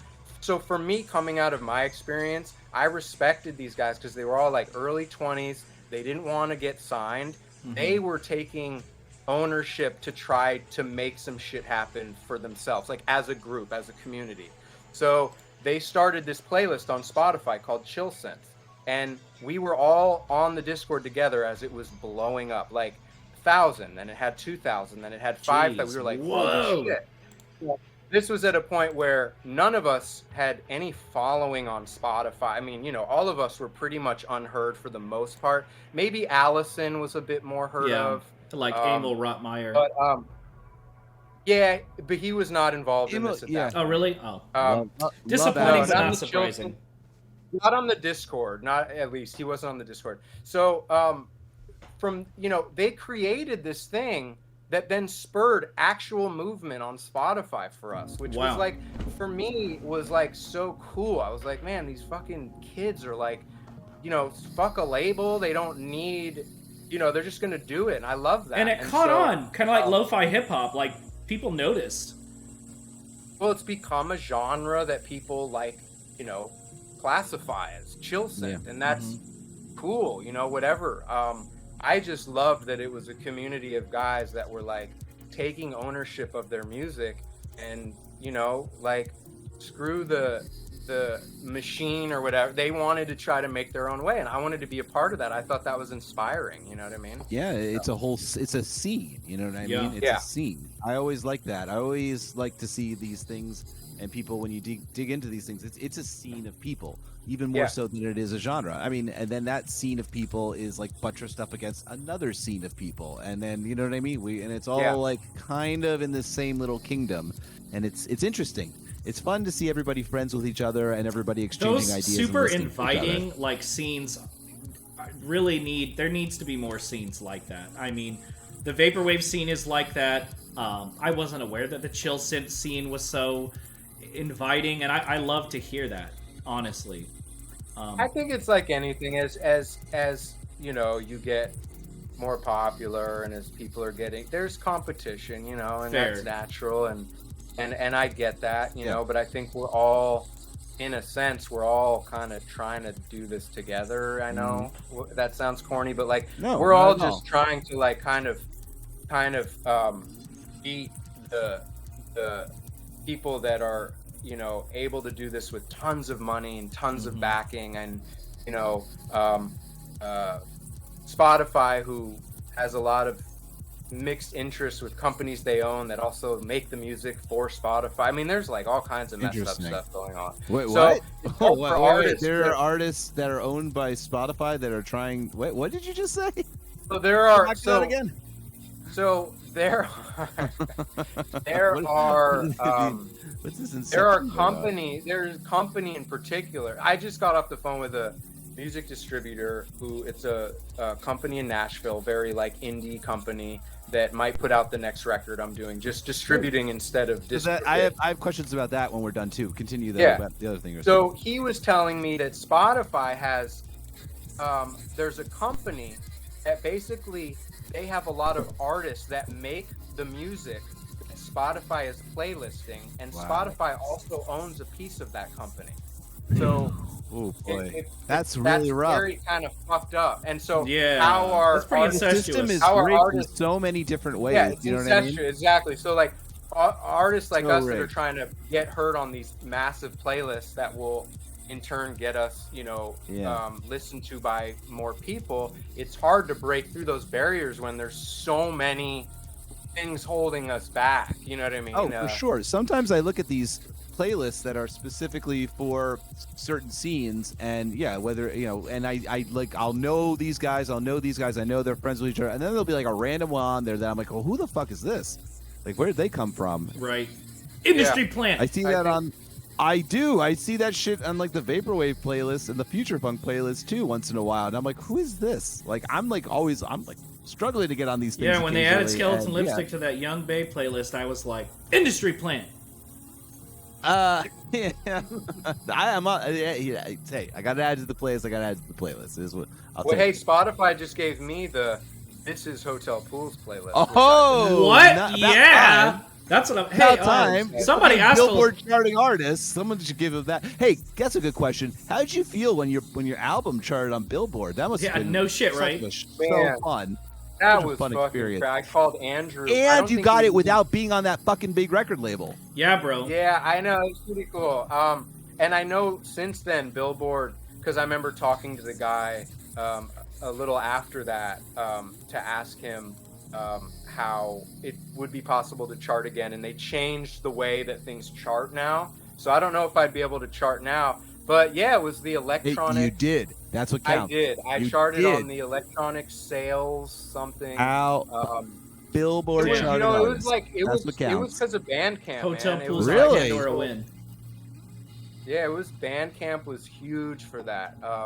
And I remember calling Andrew. I don't even think we had spoken on the phone yet. Like it was all via email or like Instagram chat or whatever. Yeah. And his voice, he's so funny. He's like, "Hey, what's up?" Like he's such a surfer on the phone. And I was like, "Dude, fuck." I was so excited. He's like, I was like, "Dude, fucking Billboard." He's like, "Whoa, dude, fuck, man." Like, whoa. Like it was so funny. He's so funny. But he's a great guy. But yeah, I mean that was just super like unreal for me. I don't know. I felt kind of weird even saying it because it was like just strange, but it was cool. You know, it's monumental, man. Honestly, I mean, out of our scene, obviously there was the Mackintosh Plus, Lisa Frank 420 song that was on Vines and stuff, and Home Residence, and Home still. Other than that, I mean, Home Residence is still massive. And a lot of people will still say, "Oh, that's not vaporwave," but I mean, who cares? Whatever, man. What do you think about genres, anyways? Do you like genres? How do you feel about that? Shouldn't even be. I consider vaporwave like a scene. Once again, I know. I mean, and we've discussed that on and off, and I thoroughly agree with you. I want to know, what do you think, Ben? We talked a bit about it yesterday when we met. Like I don't mind it. I don't, because I think it's natural to want to categorize stuff and it, and so that's fine. But I've always just thought of myself as an electronic artist. So like I just make electronic music, whether it be chill wave or chill synth or synthwave or whatever it is. I don't ever really correct anyone. I'm just like, if you're listening to it and you like it, then that's cool. I'm kind of one of those guys. I don't argue with people over what's vaporwave. Like I just don't. It doesn't matter enough to me for me to really like. Right. It's kind of subjective, anyways. I just like this big collection of people who are somewhat associated with each other, that listen to each other and play each other's music and get ideas from each other and exchange conversations back and forth. You know what I mean? Yeah, I like the idea of scenes better than actual genres at the end of the day. Yeah, I do too, man. And that's what all of this is at the end of the day. At the end of the day, this is a giant big scene, and you can specify the genres or the sounds however you want, but like we are talking to like so many different people. We're all like only 1 or 2 degrees away from each other at the end of the day, and that's the he's 2 degrees away from I think about like grunge. I think I'm going to quote iClick again, who talks about grunge isn't actually like a sound so much as it's a scene. So and that was like chill synth. It started as a scene. It was a way for us to communicate and share ideas and post. It's a cohesive community. Like, there's the unity around the sound, but there's also like a very real, palpable community too. That's the best part about it, in my opinion. I mean, as a DJ, obviously I like genres because then I can play a bunch of stuff that works with Hotel Pools, Memorex Memories, Home, Flavio Labar. But at the end of the day, it's the community that matters more than anything. I think we would all agree. Sure, yeah, I'm pretty sure everyone in the chat and everyone listening would thoroughly agree. Yeah, I mean, like particularly as a DJ, and as yourself and myself as well with Terminally Chill Party, it's about like finding the ideas and sounds that work with each other and moving from one producer's sound to another producer's sound and curating that vibe. And the fact of the matter is that all these people sort of blend in with each other in some way. Right. You know what I mean? Their scene just doesn't use any I will be katakana. playing chill synth music, and then I will move to some, some other stuff. I'll move into some future funk. I'll move into some vaporwave. I'll move into some chillwave. There's one Hotel Pool song. I think it's called Flare. Like the very end of the song, you like pitch that shit down and drop the tempo like to like halftime, and I was just like, I love that. Love that so much. Yeah, that's my. I did that a couple of times on that record because that was an actual cassette. Like, I recorded the track to cassette and then slowed it back. Oh, that's love so that. Yeah, that's cool. just little. Love that. No hey, way. I have to ask more. I got to ask a question. Well, you he went mentioned away. just being on the phone. Oh, I'll let him do his thing. But I want to ask him. I want to get down to the nuts and bolts about he is. Oh wow! Oh, For anyone that's listening on podcasting services, oh yeah, you want to tell them what nice. that is? It had a cassette tape in it. It's just a 4-track. It's a little. I don't know It's a because I little don't produce. 4-track. Okay, see, everybody knows. I do that occasionally too with my music, and I have this guy right here who's wild. Tascam for the studio, and I'll run synthesizer. I'll run my Tascam, synthesizer through this occasionally as well. Yeah. So that's what Sick I as did. I fuck. just ran the whole track through that, and then at the end of the track, I slowed it back. Like, I was just whatever. At that point, I was just like, yeah. It's a feeling, dude. It's such a goddamn vibe, dude. So, all right. My question is, you are someone who is a successful producer. You have done a very good job at being successful. What are your recommendations to people about who they should hire or reach out to help them with their career? We talked to Uniwa a little bit about this too, and it's just like, should you be looking at a manager? Should you be looking at a publicist? Should you be looking at a distributor? Who should you be putting investing your money or time into that's going to help you the most? Man, in this that's tough, particular day and age? Is it the distributor? That's a good Is it the question. publicist? Is it a branding firm? And how do you know who's good and who's going to get you and who doesn't? So that's my question. Uni had some strong For me opinions. as well, I'd like I'd like to know the answers to these sorts of things. Do you have some perspective on that? Speak to us, a wise one. Yeah. Uniwa told me like a good distributor is who he likes. But what do you think? I would agree. I would agree with that too, because I've had, in the whole label time, I remember them telling me what they were spending money on. You get a certain budget for each record, and they would go over what things were being spent on. And a lot of times, publicists are really all about favors and like who you know. So it's like, if you're a new band and you're paying for a publicist, if you're paying for a publicist and you get a couple cool articles, it's really not gonna do a whole lot. Like it might be cool and it might be a way to like build some history or something, but I've always had guys ask me what to spend money on, or like they spent money on a publicist and then they got a few things and then nothing happened. There was nothing actually like moved the needle for them. That's sad to hear. It didn't change their streams, it didn't whatever. It didn't impact them in a way that they thought was worth it. So I think I'd agree. I think a good I've used DistroKid this whole time. They don't do anything special for me. They just are very cheap. You just use that's all you do is use DistroKid? Yeah. I'm just about to start trying a different company that's exclusive, that has relationships for playlisting and stuff. But yeah, I've just used DistroKid, and because my thing was like, don't spend any money on anything that's not you and investing in yourself. So like, I was trying to do everything as cheap as I could do it, So then how did you, so you you never had anybody that you reached out to or helped you with something to maybe get you a little bit more attention? I mean, what did you do? You didn't use a distributor, you don't have a publicist. How did you just email people? Did you just send things out? Did you have somebody you could talk to help you with a connection to get your music heard by more people? The initial biggest push was Electronic Gems. I mean, the fact that they've got some pull Dan for sure. Yeah, I mean, Wow. the fact that So it Dan was really, literally the YouTube channel that helped the most. well, Dan believed in me, and I kept sending him stuff, and he's posted a ton of my music, but early on, he was posting a lot of my stuff, and that was the biggest thing that helped me. I mean, that really like got more ears on the It music. translates and into then real views and buys. As I kept following up with more music and kept, that was, I think, the most important thing was continuing to write and continuing to deliver good stuff. So because those grassroots with super somebody fans who will has buy a lot of your shit, who has a not bit just amount of stream so it.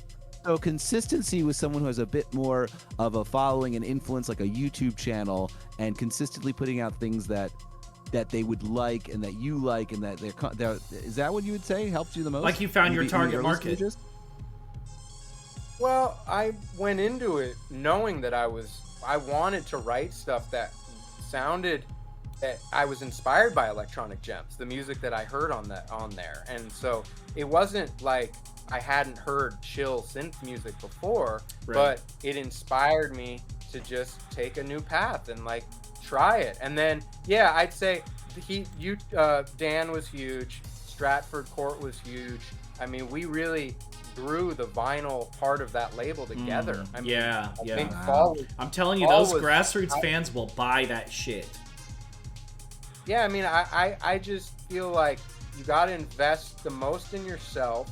I'm not going to lie. There's a lot of fucking luck and timing involved in this whole thing. There are a lot of really, but people that work, really great people that don't work hard that typically don't get lucky, though. What's that? I didn't mean to talk over you. People that don't work hard typically don't get lucky. I mean, I guess so, but I just think in general there are a lot of great musicians and producers that won't ever get heard, and it's just because that's the way the world is, I guess. But I think if you are passionate and you truly love it, you should invest the most in yourself, like in your equipment, in your craft, in your time. I wouldn't necessarily spend a lot of cash right away on like other things. I just don't think it's necessary. I don't think you need to get a manager or get a publicist. I've had those things. I don't think it's necessary unless you're really making a lot of money and you can make them money and they can like get you to that next level or something. But I also just kind of, I don't really I'm a people person, but I really don't like people, you know what I mean? Like I feel that. I'm compassionate for people, but I don't really have much patience for bullshit, especially at this point in my life. So I'd rather just do this shit myself and work with people that I want to work with and do what I want to do. I mean, I don't know. I don't want to depend on a publicist to make me like, to be the thing that is going to be the defining factor, or have a manager be the one that is taking 20% and whatever the fuck. I just don't need that. I don't know. I just am not about that. I just want to do it myself. Ben, what is your least favorite trend in music right now? Man, I think the hip hop thing upsets me right now because like there's certain things I hear, but I grew up in like 90s hip hop music, like classic era. Like I used to go, I'm originally from New York. My dad's from New York. He used to take me to Manhattan in the 90s. We'd go to these like weird, like random shops. You'd go in, literally like drug dealing. You'd be like, where are the mixtapes? They'd have a binder behind the counter. Oh, that's so cool. A bunch of bootlegs and shit. Binder, bootleg tapes, like classic. They'd actually have like the mixtapes that the rappers would put out just to flex their skills, and before it's like the real mixtapes that they would put out before they do the album, or they would just sample some or some bootleg shit like the DJ mixed this dude's lyric with that beat, but you couldn't put that out, officially because it was illegal. You know what I mean? Or back then, like a lot of like all the East Coast, like Lost Boys, DMX, all those like early 90s, mid 90s hip hop guys. Nowadays, when I hear hip hop music, I get the beats, like the beats knock hard, and I get some of that stuff. I mean, some never of the underestimate a lyrics, good hi-hat roll.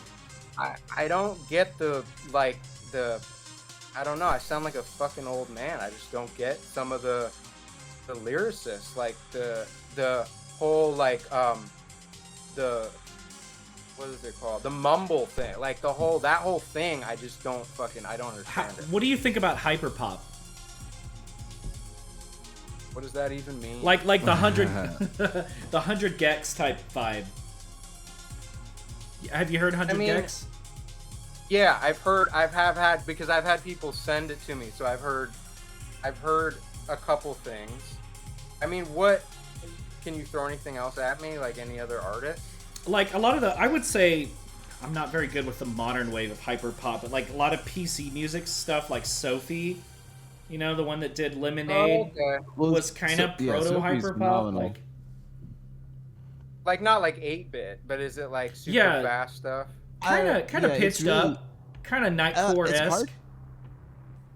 The fact that we can't really come up with too many other, really long-lasting, tested hyperpop acts aside from 100 gex. I don't know what that says about the genre at the end of the day. No, I don't know what that says about the genre at the end of the day. If nothing else is really broken. What did I hear? It's Zoomer music, dude. Sophie's its own thing. I really don't even know, like Hannah Diamond. I don't even like put that into that. Girlfriend of the Year. You're literally talking about stuff from like 2012. Yeah, right it was now. like 2014 maybe. It's funny though, because I do look up hyperpop acts and I listen to them and I'll look at their followings and it's like they appear to have a lot of followings. It's really popular among like Zoomers touring and that shit. much. I don't see them playing shows that often. Well, then I guess I don't see that with a lot of things. I don't know. I wouldn't be the person. I love hyperpop. My favorite. I like hyperpop when I hear it, but Quiz says it always sucks describing hyperpop to people because you name drop all these great artists and then you're like, imagine that, but every other artist in the scene is bad. Listen, it's divisive. I gotta do my homework. That's why I asked, because it's divisive. More. But hey, I appreciate that. I know a lot of people are really tired of the whole trap beats. I mean, I think they bump real hard personally, but I like it's a little overdone. I mean, yeah. Well, I like some of like the more ambient trap beats, the ones like something like Cyber 98. Like Acclaim's, or you might hear an Acclaim's Casino song or something like that, or shout out Clams. I would say Young Lean all day. Dude. Young Lean fucks, dude. Do you listen to a lot of Sad Boy stuff? Like, do you like Bladee or like Young Good or Young Sherman or anything, or pretty much just stick to Lean? Don't even start naming other people. All I know is Young Lean. It's okay. I'm not trying to flex. I was hoping I could geek out with you is all. Well, let me ask you this. Is there an artist within your scene that you would consider to be like an idol or a mentor? Man, a mentor? I don't know. I mean, me and my buddy Allison, we're pretty tight. Love Allison. Allison's That's so pretty fun. cool. I like Flavio quite a bit. Flavio's a pretty cool guy, just saying, but Flavio's cool. I haven't talked to him a whole lot, but he's very nice. Flavio Labar's a big supporter of mine. Not sure why, but he's a cool guy. Very cool. Yeah, I mean, Zane Alexander, he's a great guy. Yeah, he's a good makes buddy great of mine. shit. Memorex Memories, that guy's hilarious. Yeah.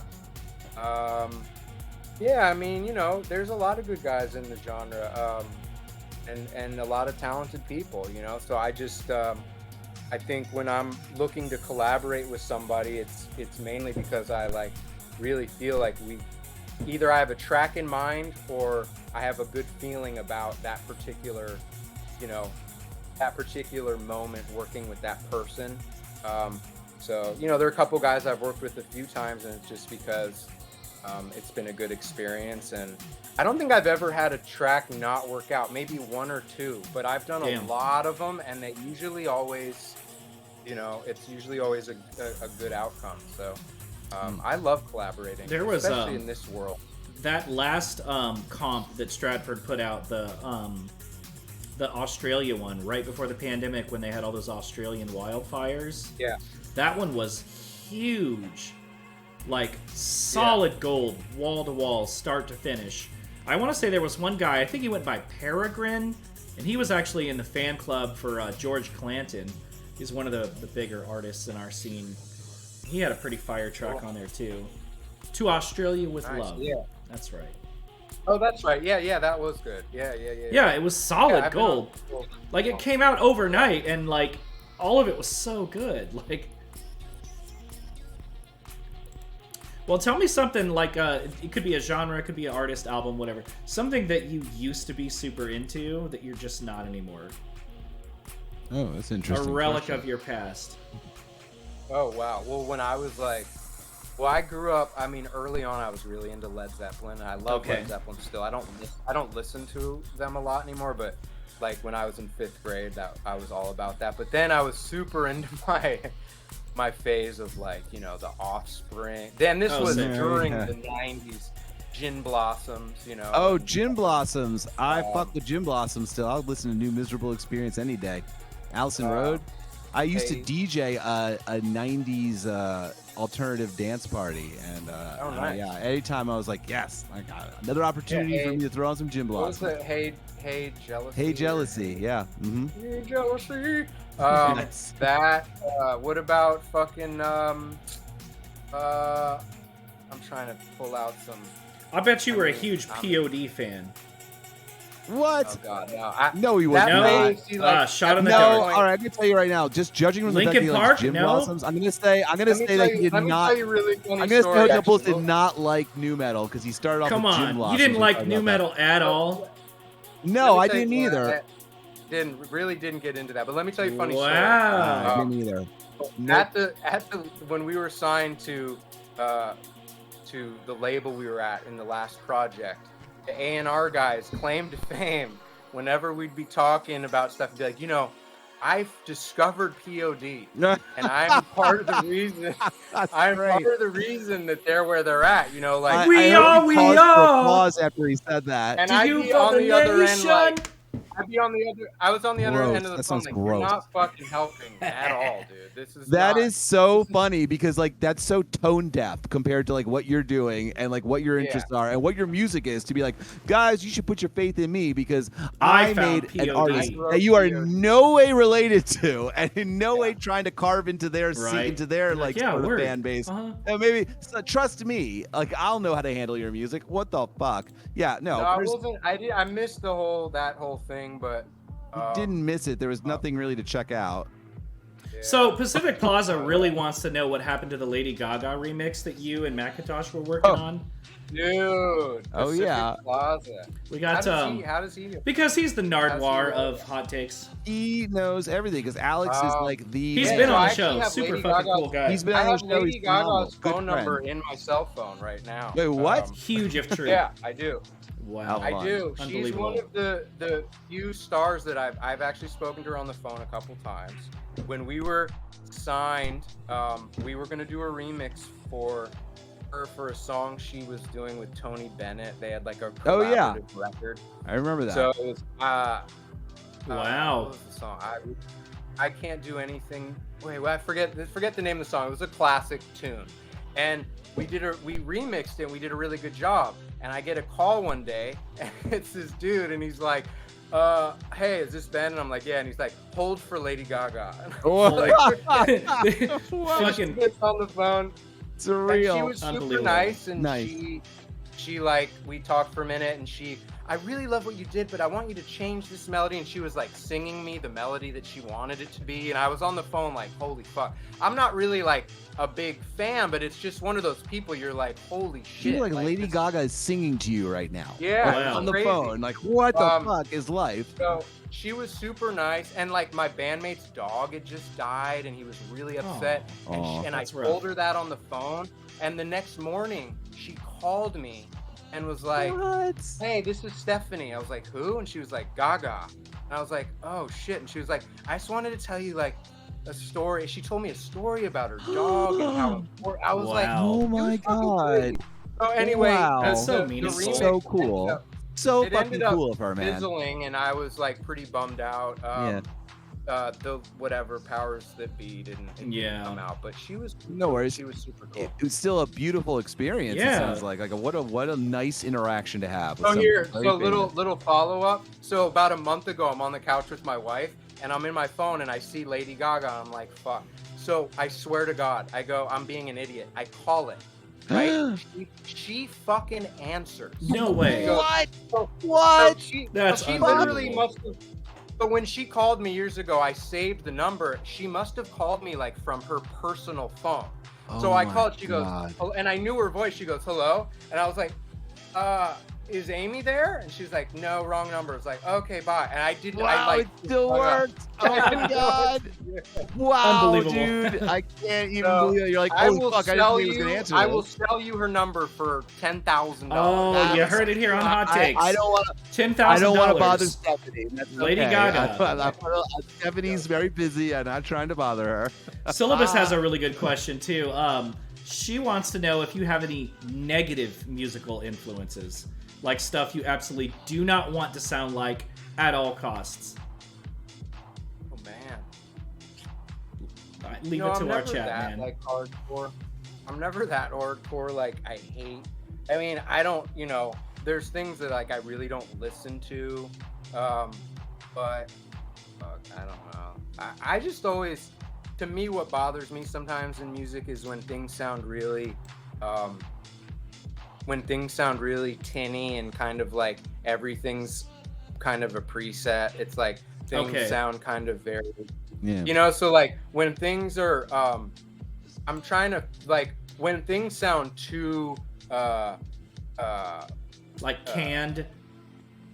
Yeah, like canned, like cheap. Happy, like everything's, ding dong, little bing pong pings everywhere. That kind of stuff bothers me.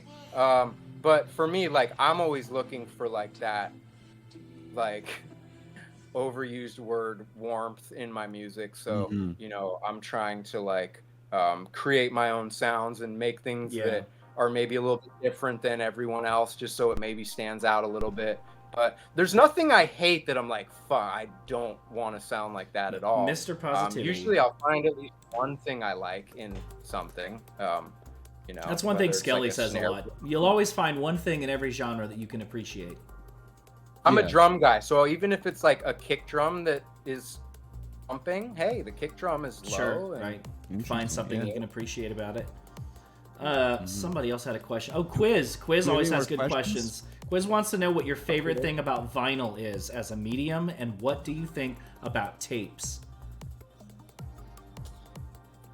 My favorite thing about vinyl is probably like the whole, like when I was a kid and even buying CDs and stuff, it was like a physical thing. Like you got to open it up and crack the package and pull out the booklet and, put it in your play. It was like there was something to it, collecting CDs and and so for vinyl, as I got older and I was collecting records to try to sample, my record collection grew, and then I started collecting stuff I wanted to listen to.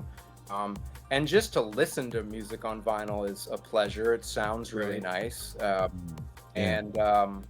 Just as a medium, it's like this big piece of artwork that you get to hold. Fair. I mean, it's just a cool thing, Yeah, it's a functional art piece. Yeah. And I think we put a lot of work into the music and into the whole package, so it's cool to be able to like very true kind of have it on a grand kind of scale like that. Does Andrew art direct everything too? Like not just make the cover art, but does he actually put everything together, the layout design and everything as well? Yeah. Wow. Everything I've done, whether it's been the Nightshade EP, Blunt Action did that piece, Pacific. I forget the guy's name. It was a French photographer, but Andrew will always do the layout. The text, everything is Andrew. Talented. Being. Very much so. I agree. I'm so happy that he's still. I'm so happy that because I remember when he started and back in the very early days of the back. He was on like Keats Collective and shit, wasn't he? No, Stratford Court. He was. Walkie Talkie was never on Keats Collective or like Shoebox or anything. I actually don't know. I think he was even on a Sunset Waves comp or two. No, it's just fun to see the fact that like this whole scene that has grown into like a multiple scenes, you know what I mean, and exploded into like a huge landscape of artists and other, scenes and such. Like, like Andrew is one of the first guys that was around back then. I Andrew's remember. stupid skilled, like unbelievably talented. It's just fun to see everybody who has like moved out into their own and created their own Andrew little would worlds be great for hot takes. these very early days. And these very early days. Oh, I would love to. Yeah, I get Andrew. We got a lot of people who are trying to get our.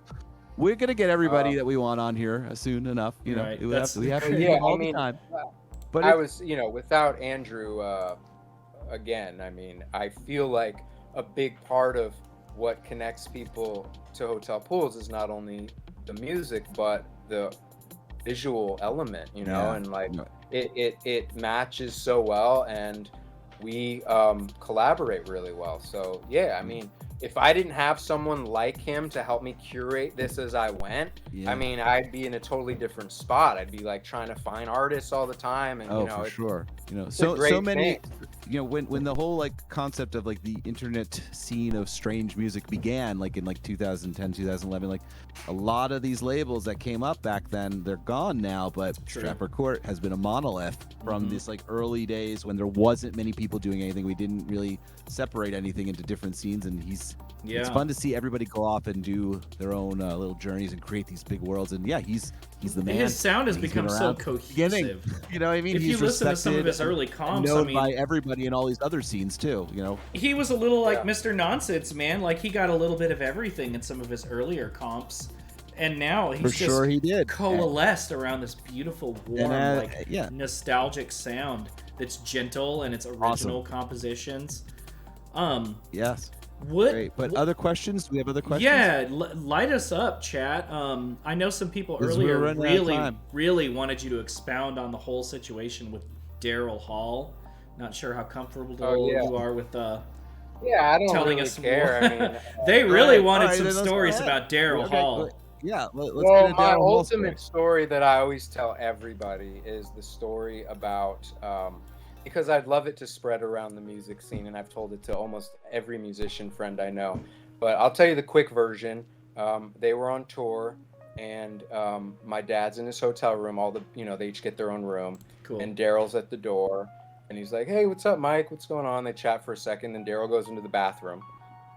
And then my dad's hanging out, and he's like, "What the fuck?" He's like in his bathroom for a while. It comes out. He's like, "Okay, Mike, see you later."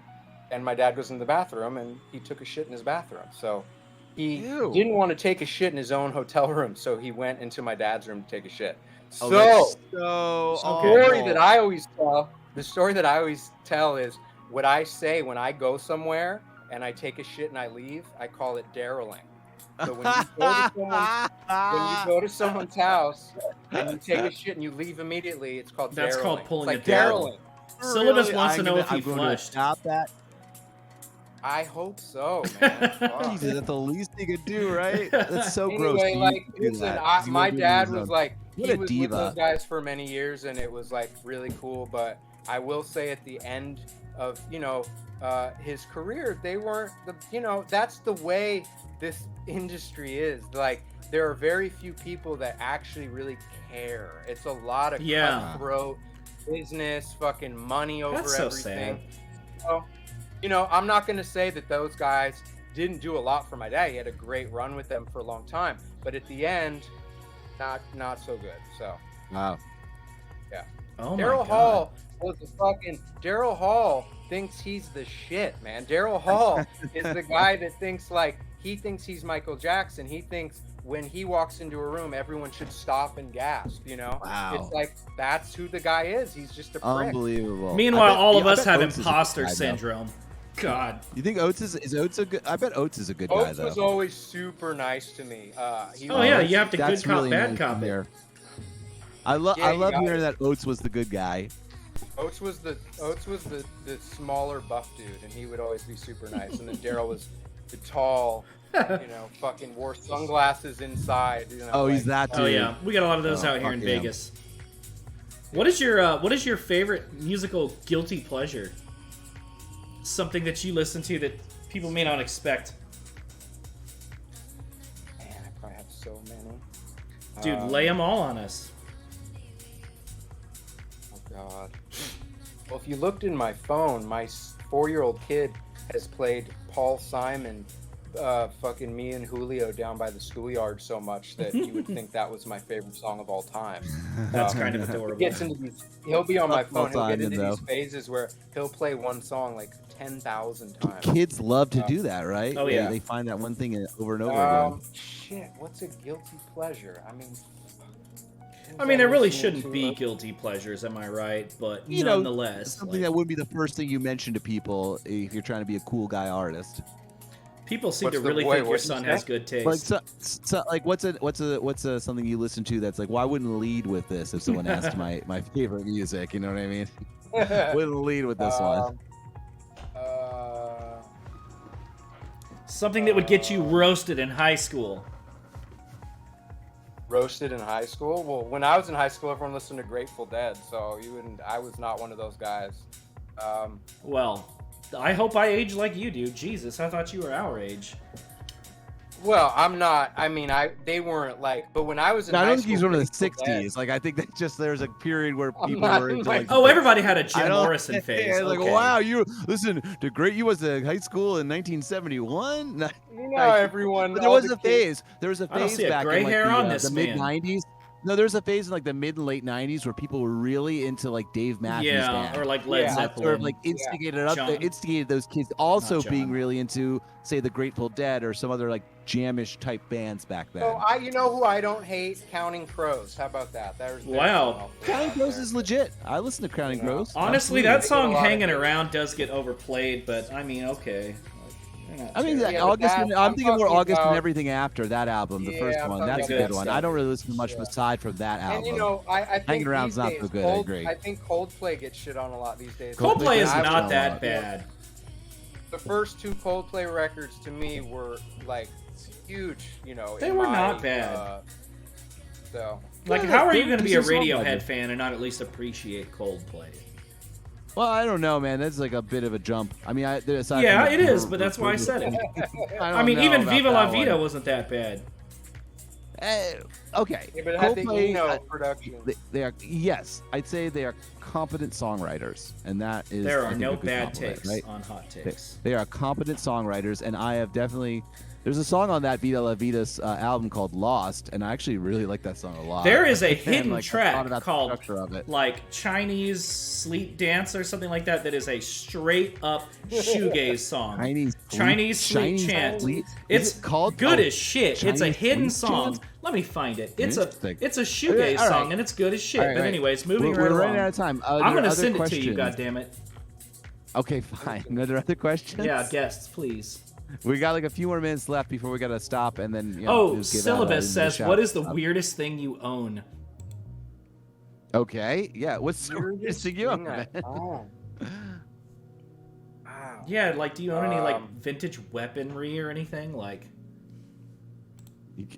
Take us through your vintage weaponry collection. I saw a cop drop. One time I was on my balcony.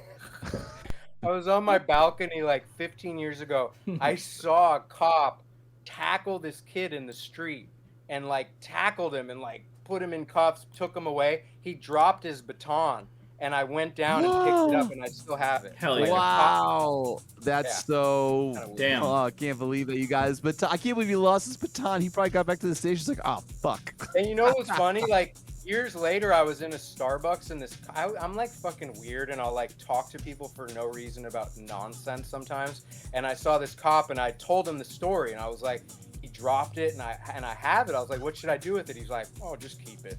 And I was The like, okay. cop's just like, whatever, it's yours now.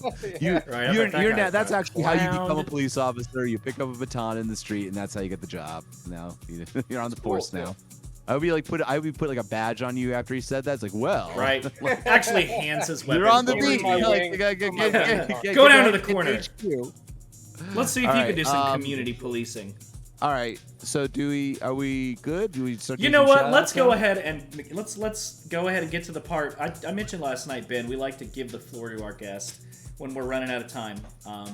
To go ahead and shout out anything you want, promote, name names, just anything you want to say. You have the floor.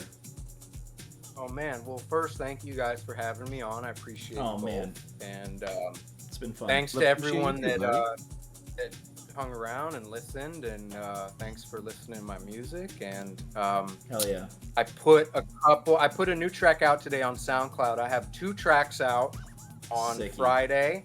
I have a very special version of Palmscapes that is super limited that'll be out on Friday. Damn. And another little couple surprises. So this Friday, March 11th, Stratford Court Bandcamp. Be there. Stratford Court time is 9 a.m. Pacific on Friday. That is Stratford Court time. So whenever Stratford Court releases something, it's 9 a.m. Pacific on Friday. Thanks for the link, Lux. Lux just linked your track. And that's PST time, right? That's Pacific time? Hell yeah. Yeah, Pacific time. Damn, son. Yeah, and yeah, just love you. Love you all. Thank you. Look at this We guy. love you. All right. Isaac, do you have anything you need to shout out? Yeah, so this weekend is, let's see, Friday we have Wave Break, right? You and I are both participating in Wave Break, aren't we?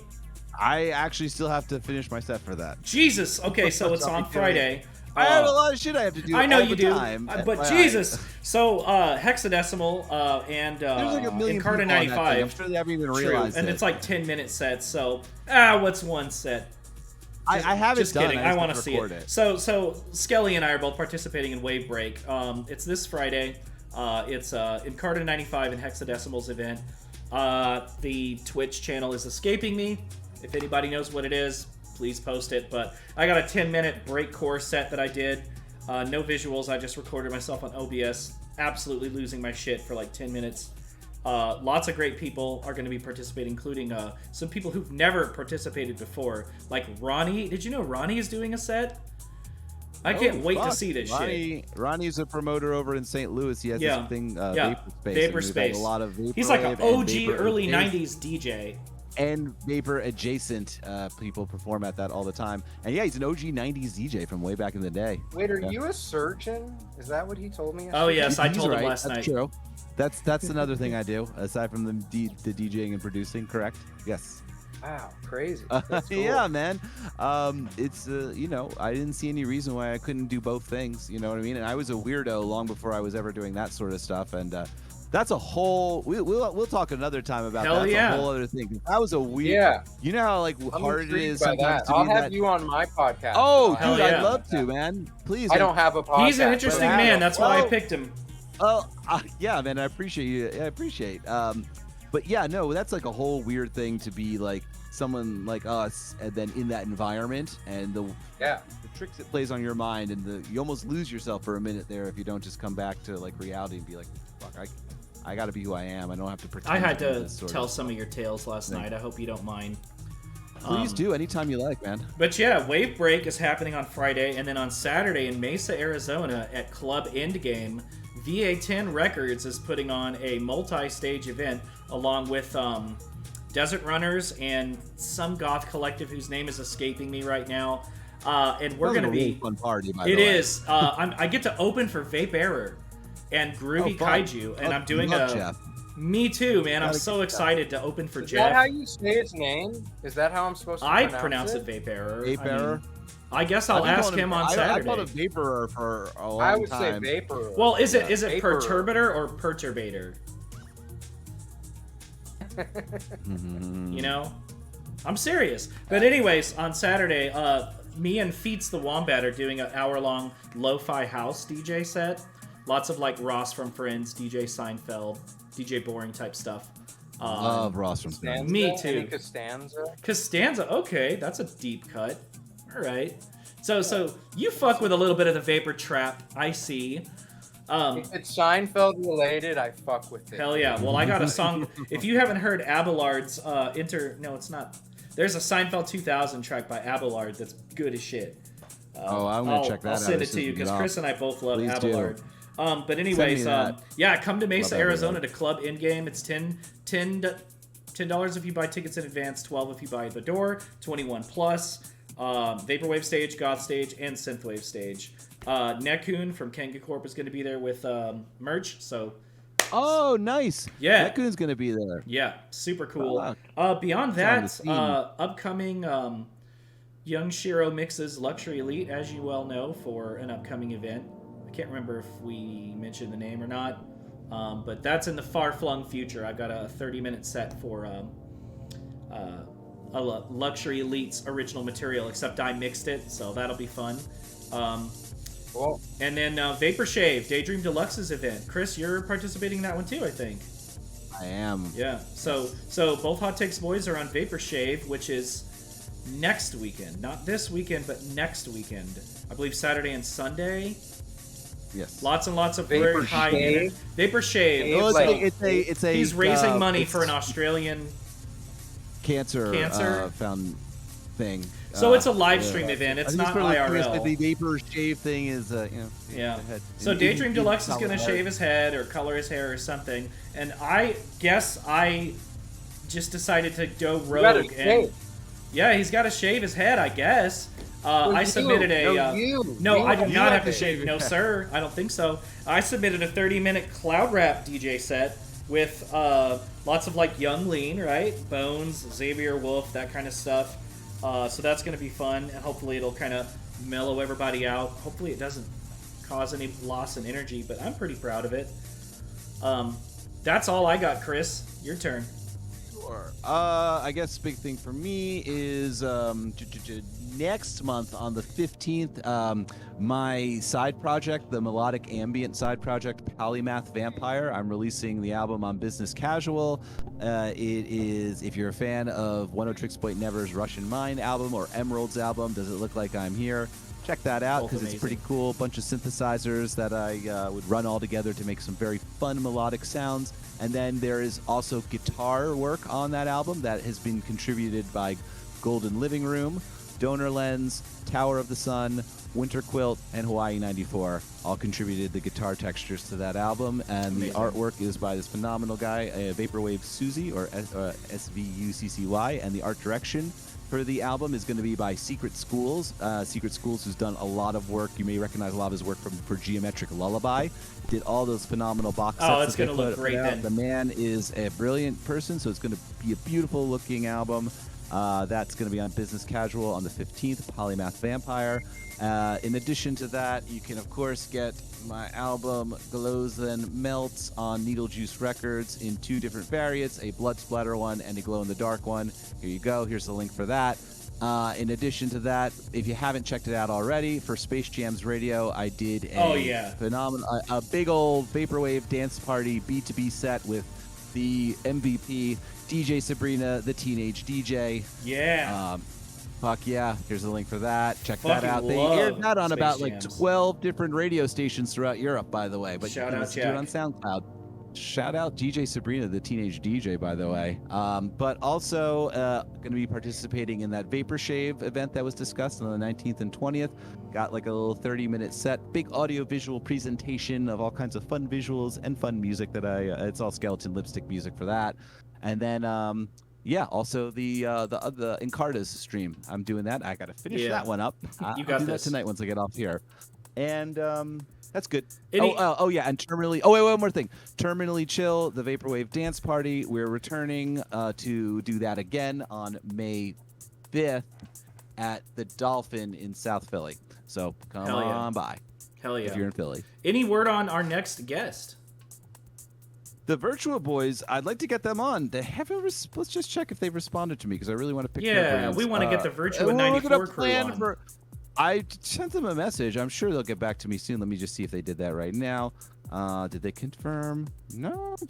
Yeah, but I'll get them. They'll be there. Damn. We'll have them. So I'll talk to tune them. in 2 weeks, ideally, for Virtua 94, still up in the air. Okay. And thank you, everybody, for tuning in tonight, for rocking and rapping with us during this Hotel Pools episode.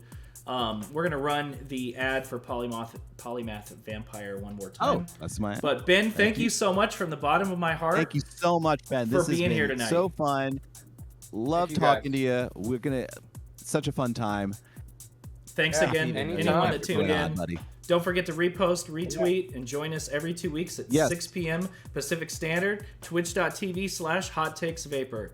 Hot Takes out. Oh, shout out to Indie Advent as well. for Shout out to putting Indie this stuff on Advent. Also, YouTube. Sega Octopus And for all the new GIFs. Hell yeah. Yep. All right. Yep. Good night, everybody. Check out the Good night, guys.